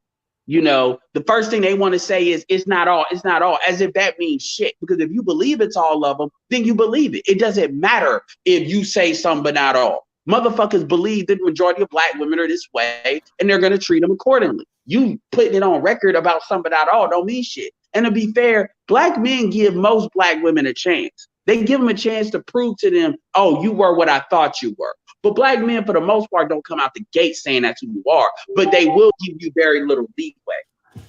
Anyway. Yeah, I'm gonna go to Nuruddin in a little bit.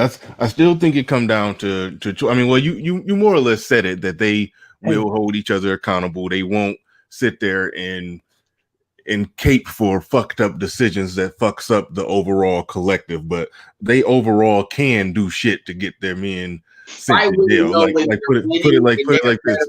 Because I work. They're winning, and they're better about maintaining when they're winning. White women would not have fucked up an autopilot stepdad program like black women did. White women would have said, all right, let's give them this so they can feel good. Like white women, for the most part, are pretty good about, okay, this dude is being secure. I may be getting a little dick on the side on some BBC stuff, but I'm not about to throw the shit in his face unless he's shown that he's susceptible to accept that. They don't have that, oh, I got to put my dick on the table and prove I got a dick too shit. White women are much better able to account for, okay, I'm winning. This dude's on autopilot. Let me fall back. And this is why a lot of times black men and white women can work out. It's just when a black man starts to realize they getting fucked over, it's too late. Because they're not aware, because they're used to the direct impact. They're not used to that subtle shit. This is why I tell black men that are watching when you deal with white women, because white women will play the long game on your ass, and you don't know how to play against that type of offense. Because you never had to deal with that. You dealing with motherfuckers in your face on some 3 plays, hard running back shit. Like blitz, blitz, blitz, blitz, blitz. You're not used to the zone type of defense. Not used to that. All right. Dollar Washer and Gab. Thank you for the super chats. I appreciate that. Nuruddin, what's up, man? What's going on, guys? How y'all doing? What's up? Doing good. Doing good. Fire away. You got it. Hey, you know that guy that graduated? What's his name? From law school. What's his name? CJ. Yeah, CJ CJ. King. Right? Yeah. Guess what woman is gonna go for a guy like him? I think he's already with. Just take a guess. Well, no, well, it's no. We saw him with a picture of a woman with a different race, but we not 100% I would say sure. I would say the threat level assessment would be a Latin shit. You know, Yep. Latin And the reason why I say that, the reason why I say that is because a lot of these other women from other cultures are seeing what a lot of these African American women are doing to their men, and they're taking them hands down. The reason why they're taking them is because you're right, Edward Anderson. These sisters are actually giving these brothers a full frontal assault on what's going on. Now, let's go to Kanye West, right? Kanye West, what the hell's that? That's not me. Okay. I do want to add that black women are white women. It's easy pickings. It's what look, non-black women don't give a fuck about what black women are doing to black men, except for saying, "Oh, that's an opportunity." Well, I want to be clear. They're not feeling bad and say, "Oh, I'm gonna save you." They're like, "That's a good man." You dumb bitch don't know that that's a good man. So now, if it doesn't work out with the initial stuff, I'm not saying you're second choosing. But what I'm saying is, if my shit don't work out, I'm adding that to the portfolio because y'all are fucking up. Because our reputation ain't fucked up like that. Black women, so they're taking advantage of that opportunity. Black women are basically throwing their men out. It's like getting a fucking iPhone and saying, I don't want this iPhone because I'm stupid, even though it's wrapped in the plastic, and you throw it in the garbage, and then you get mad that somebody, or not even the garbage, let's say you throw it out in the front yard and you get mad that somebody picked it up and turned the shit on and activate it. And that's kind of what they're doing. They're not doing it because they feel bad. You're lying, man. Nah. What'd you say, The Nordine? line. No, his line was gargling. No, your line was compromised. You were gargling. I can hear him. You were Borging. Well, yeah, well, I'm just saying. I heard him fine. I heard him. Yeah, I heard him. Black women throw their men away, and what happens too is they throw their men away at a certain era. They'll throw. It's like you got black, just like how you got females that are late bloomers. You got men that there's more of that late blooming shit applies to men more because when you're dealing a dude that was in his early 20s could be a completely different dude, like physically, mentally, economically, when he's in his late 20s, let alone early 30s. Because you don't even come to your peak until you're in your early 30s a lot of times. Or we're getting niggas that are coming to their peak early. Because how many of us know the niggas that would the most popular dude in high school? Most of those, if you look at the top 10 dudes that are most popular dudes in high school, most of the time, 7 out of 10 of those dudes ain't shit. Like not even 6-7 years later. Not even 6-7 years later. And because dudes hit their peaks in different moments, and again, because our women don't play the long game, they're on some straight sexual, understand, black women operate on some straight sexual animalistic shit. I hate to say it, but that's what it is. And what you're doing is you're mating like a goddamn animal, and then you're getting upset when civilization doesn't agree with that shit. Versus you, this is why other races of women, if they are whores, they are smart enough to leave their city and start somewhere else. Because they're at least thinking about how to win. Black women actually think motherfuckers are. And all right, I don't think that's quite what it is. Yeah, I was about to say we got to go to Roger report. You could either respond to that, or you can respond. Or you can comment on whatever prompted you to come up initially. Yeah, I'm gonna respond to that. Go ahead. I'm gonna respond to that real quick. Go ahead, Roger report got it. Let Roger report got it. He ain't saying nothing. Go ahead. Okay. Well, I don't think it's black women are operating just animalistic. The thing is, they'll take any bum dude that as long as he's a bum, or as long as he's in a situation where they feel they can be in control, they'll take that. At the end of the day, men have to accept their sister's going to be the man of the relationship, and that's just what it comes down to. So they'll take any person that they feel they can control. Now, I'm not even saying the sisters actually gain the control they're looking for, but if they feel they can get it, they'll go for it at the end of the day. So, and sex is always better with the person you really into. And sisters are into failure. You know what I'm saying? As long as you're failing more than I am as a woman, she's into you. So therefore, she'll like it more. She will stay put more. At the end of the day, they just trying to achieve what they want, which is manhood, because they have accepted the message that they should be men. And they've accepted it in a lot of different ways, and their actions is just the manifestation of that acceptance. But what Eric was talking about, because I did do a show that he came on, and I was talking about leadership without punishment. If you can't punish a woman, how can a woman lay at your feet? Because women, when they have problems, they always say, it's what the men ain't did this and the men ain't did that. If I'm your leader as a man, how can you lay your problems at my feet if I can't punish you? You can't. If I can't What do you correct mean? You can't. Hold on, let's flesh that out. You can't punish him. Well, hold on. That's what I wanted to flesh out. What do you mean by punishment? Because there's one easy form of punishment that every man who's halfway worth a damn has the ability to do. But what do you mean by punishment? Exactly. No, I mean, before you get to the part of leaving or walking away, before you get to that, if you are dealing with a woman and you direct her and you can't get her to comply, you see what I'm saying? If she does something wrong, however you see fit, there's no punishment you can do for her. Yes, there is. Unless she chooses. No, I'm saying before you get to the point of walking away. But that is the punishment. No, I'm not saying that it's not. I'm not disagreeing with it, that walking away is the ultimate punishment. That's what men should do. No, I guess I'm trying to get at. I didn't say ultimate. I said that is the punishment. Get out. I don't disagree with a man should leave. But my point is, when women have issues with men, and usually they will lay blame at the feet of men, and they will always go to this. And somehow they're going to say it's something wrong with your leadership as a leader. It is. But hold on, Roger. It is. They choose dumb.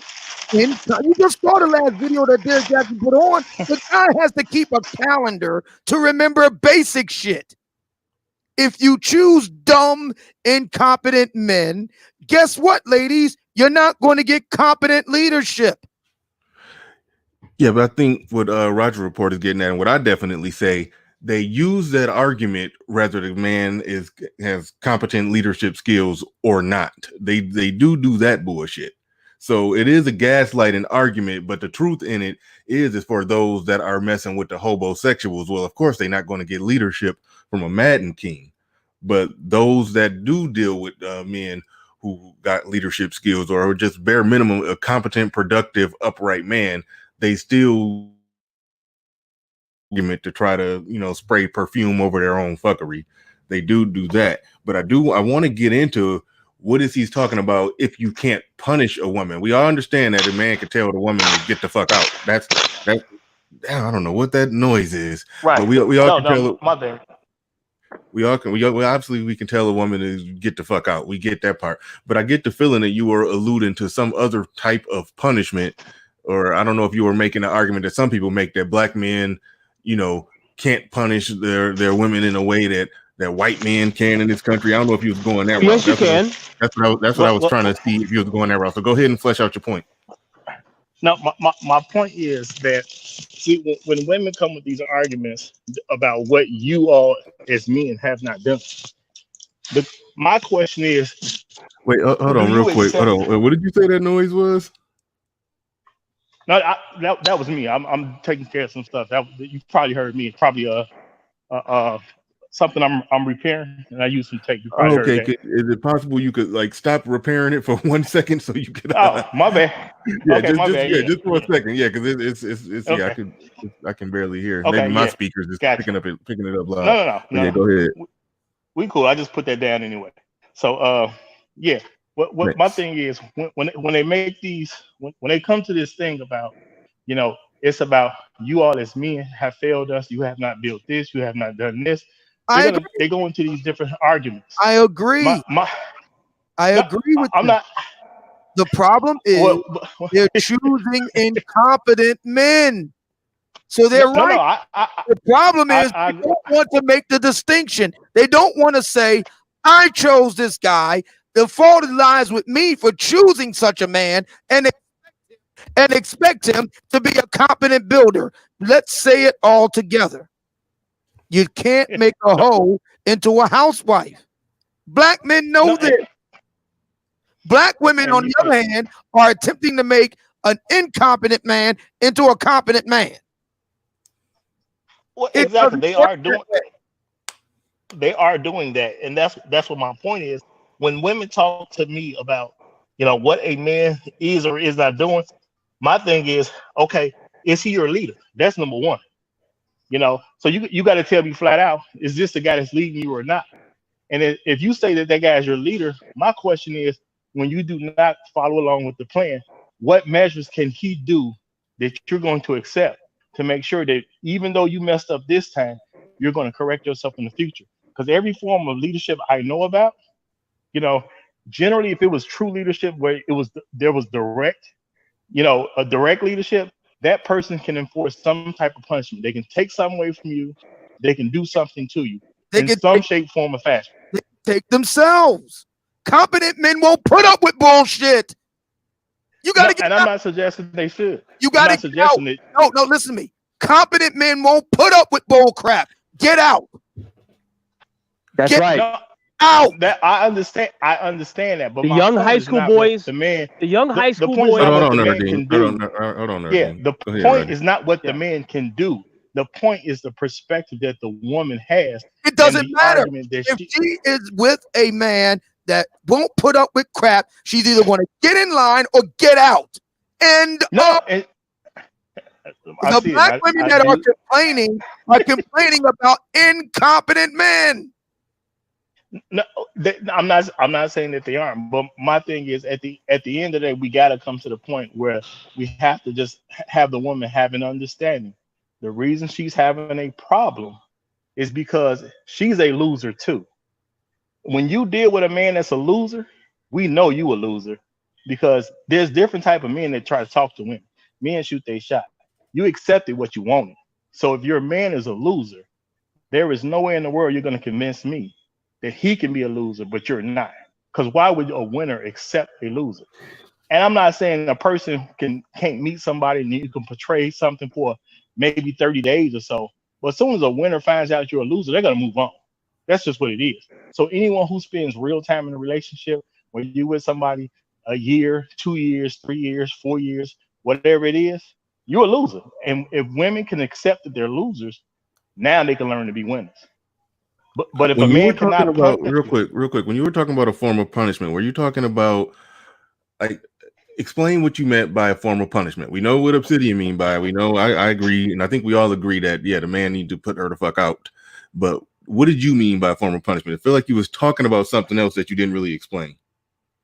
No, what my point was that a man can't punish. If he can't tell you not to go anywhere, if he can't take something from you, if he can't, you know what I'm saying, add something to you or withdraw something from you, he has no ability to even promote his leadership. So if the man hold on. If she was dependent on him as as somebody who was providing for her, he can. But overall, in the context that you're saying it, do you agree that every woman in this country, because this is a free country, this is America, is freedom of association, you can pretty much do what you want to do, as long as you ain't breaking the law or hurting nobody else.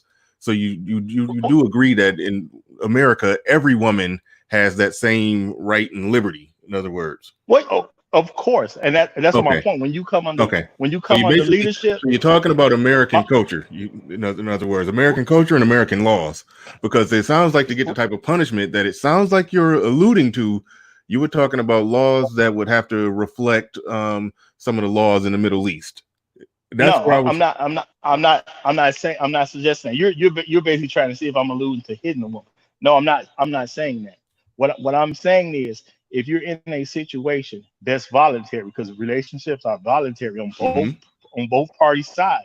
if you come into a relationship voluntarily as a woman and you say that that man is your leader, okay, when you do something he does not like, and he say, okay, well, you know what, you're not going out with your girls this weekend. You see what I'm saying? If you take a stance, you ain't my daddy, I ain't got to listen to you. That man is not your leader, and that's just it at the end of the day, because he can't tell you anything that you actually have, that you're actually willing to submit to his authority. And if you won't submit to that man's authority, he cannot be your leader. Therefore, any complaint about what men aren't doing becomes invalid, because if they're not your leader, your complaint can't be valid. Okay, gotcha. Dollar Watcher, black women want to replace white women. Society won't accept that, so black women take their discontent out on the black community. All right, I get what you're saying. Well- Somebody is coming in. I think that says Savant 88, but is waiting for his device to connect. So we got somebody else making an attempt to come in here. For Bernard. Yeah. Yeah, what I saw in the high schools, those competent high school boys that were, about something, their punishment for the girls was they decided to leave the girls in the high school alone. That's what they did. That's the reason why the mothers came up to the school, because the boys were leaving the daughters alone to try to have them suspended. So that form of punishment was the boys didn't deal with the girls in the school. They dealt with girls outside the school. They dealt with other girls outside the school. So the girls got frustrated. That's a form of punishment because they didn't tolerate the girls' behavior that they were experiencing. Well, going, yeah, okay. I was just about to ask you to go on mute. You had some background noise. Yeah, Roger Report. This is my first time really hearing you talk. I think I've seen you on some panels. This is my first time really listening to you. So I was interrogating your point. Whenever somebody said punishment, I like to hear them fully flesh it out. So yeah, I was giving you a damn near Ben D'Souza style interrogation, but I wanted to get at what you were talking about there, because there are some people who I've heard make this argument and nobody objected to it, where they were like, well, black men can't really punish black women the way that white men can punish white women in this country, or the way that Asian men can punish, or Chinese men can punish Chinese women. And I was like, that argument doesn't work for me. I was trying to see if you was in that, if you was all up in that realm, but it don't sound like you was trying to go that route. But I was just trying to see if that's what you was talking about. But all right, we made it up on 3:37, which means we're 7 minutes past the point that I wanted to shut this down. I do want to thank Roger Report for coming on up. You're welcome to come on back at any time. Nuruddin, thanks for coming up. Obsidian, as usual, you know the deal. We did our part 2 of picking apart Derrick Jaxn videos. I'd like to thank Angry Man was up here, JV Dessalines, Kevin Samuels, everybody who with the Cash App, the Super Chat, and Steph Clinton. Hey, Bernard, can I say something real quick? Steph's Code came through with a sizable Super Chat. I'd like to thank him for that. And we're going to go to Nuruddin. You said you wanted to say something real quick? Go ahead. Yeah, I remember I was on Game Changers channel, and I was on with Hammer and this lady named Jessica. And I have to ask this question to a lot of them, a lot of these new women out there. What are they preparing to do for a black man to make the ultimate sacrifice? And after seeing what they're seeing on their smartphones and Facebook, and they're seeing in real life where they're being disrespected, why should a black man with the means and everything like that get on one knee and make the ultimate sacrifice? Those are the questions I have, and I never get them answered. What are they doing?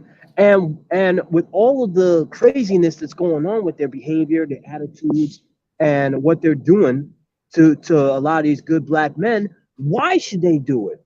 Why should they get on one knee when all of a sudden women from other cultures are treating them better?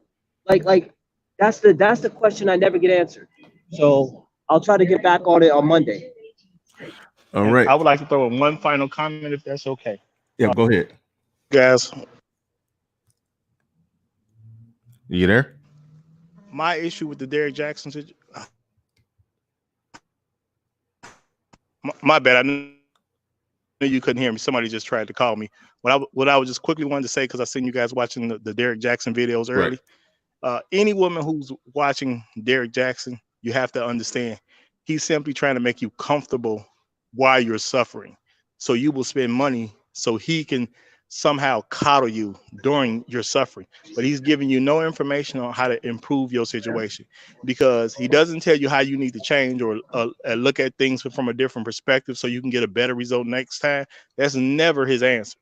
So at the end of the day, Derrick Jaxn is just trying to get women to be okay with suffering. That's really what his goal is, because as long as they're suffering, they'll have a reason to spend money because it's coming from an emotional place. And they're trying to spend money to feel better about their bad situations. Yeah, he's handing out comfort food all day. But he's basically a snake oil salesman. That's all he is. Yep.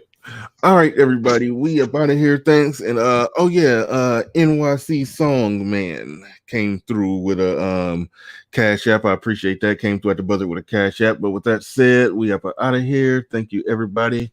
We'll be back on Monday morning. Thanks, and have a good one. Thank you.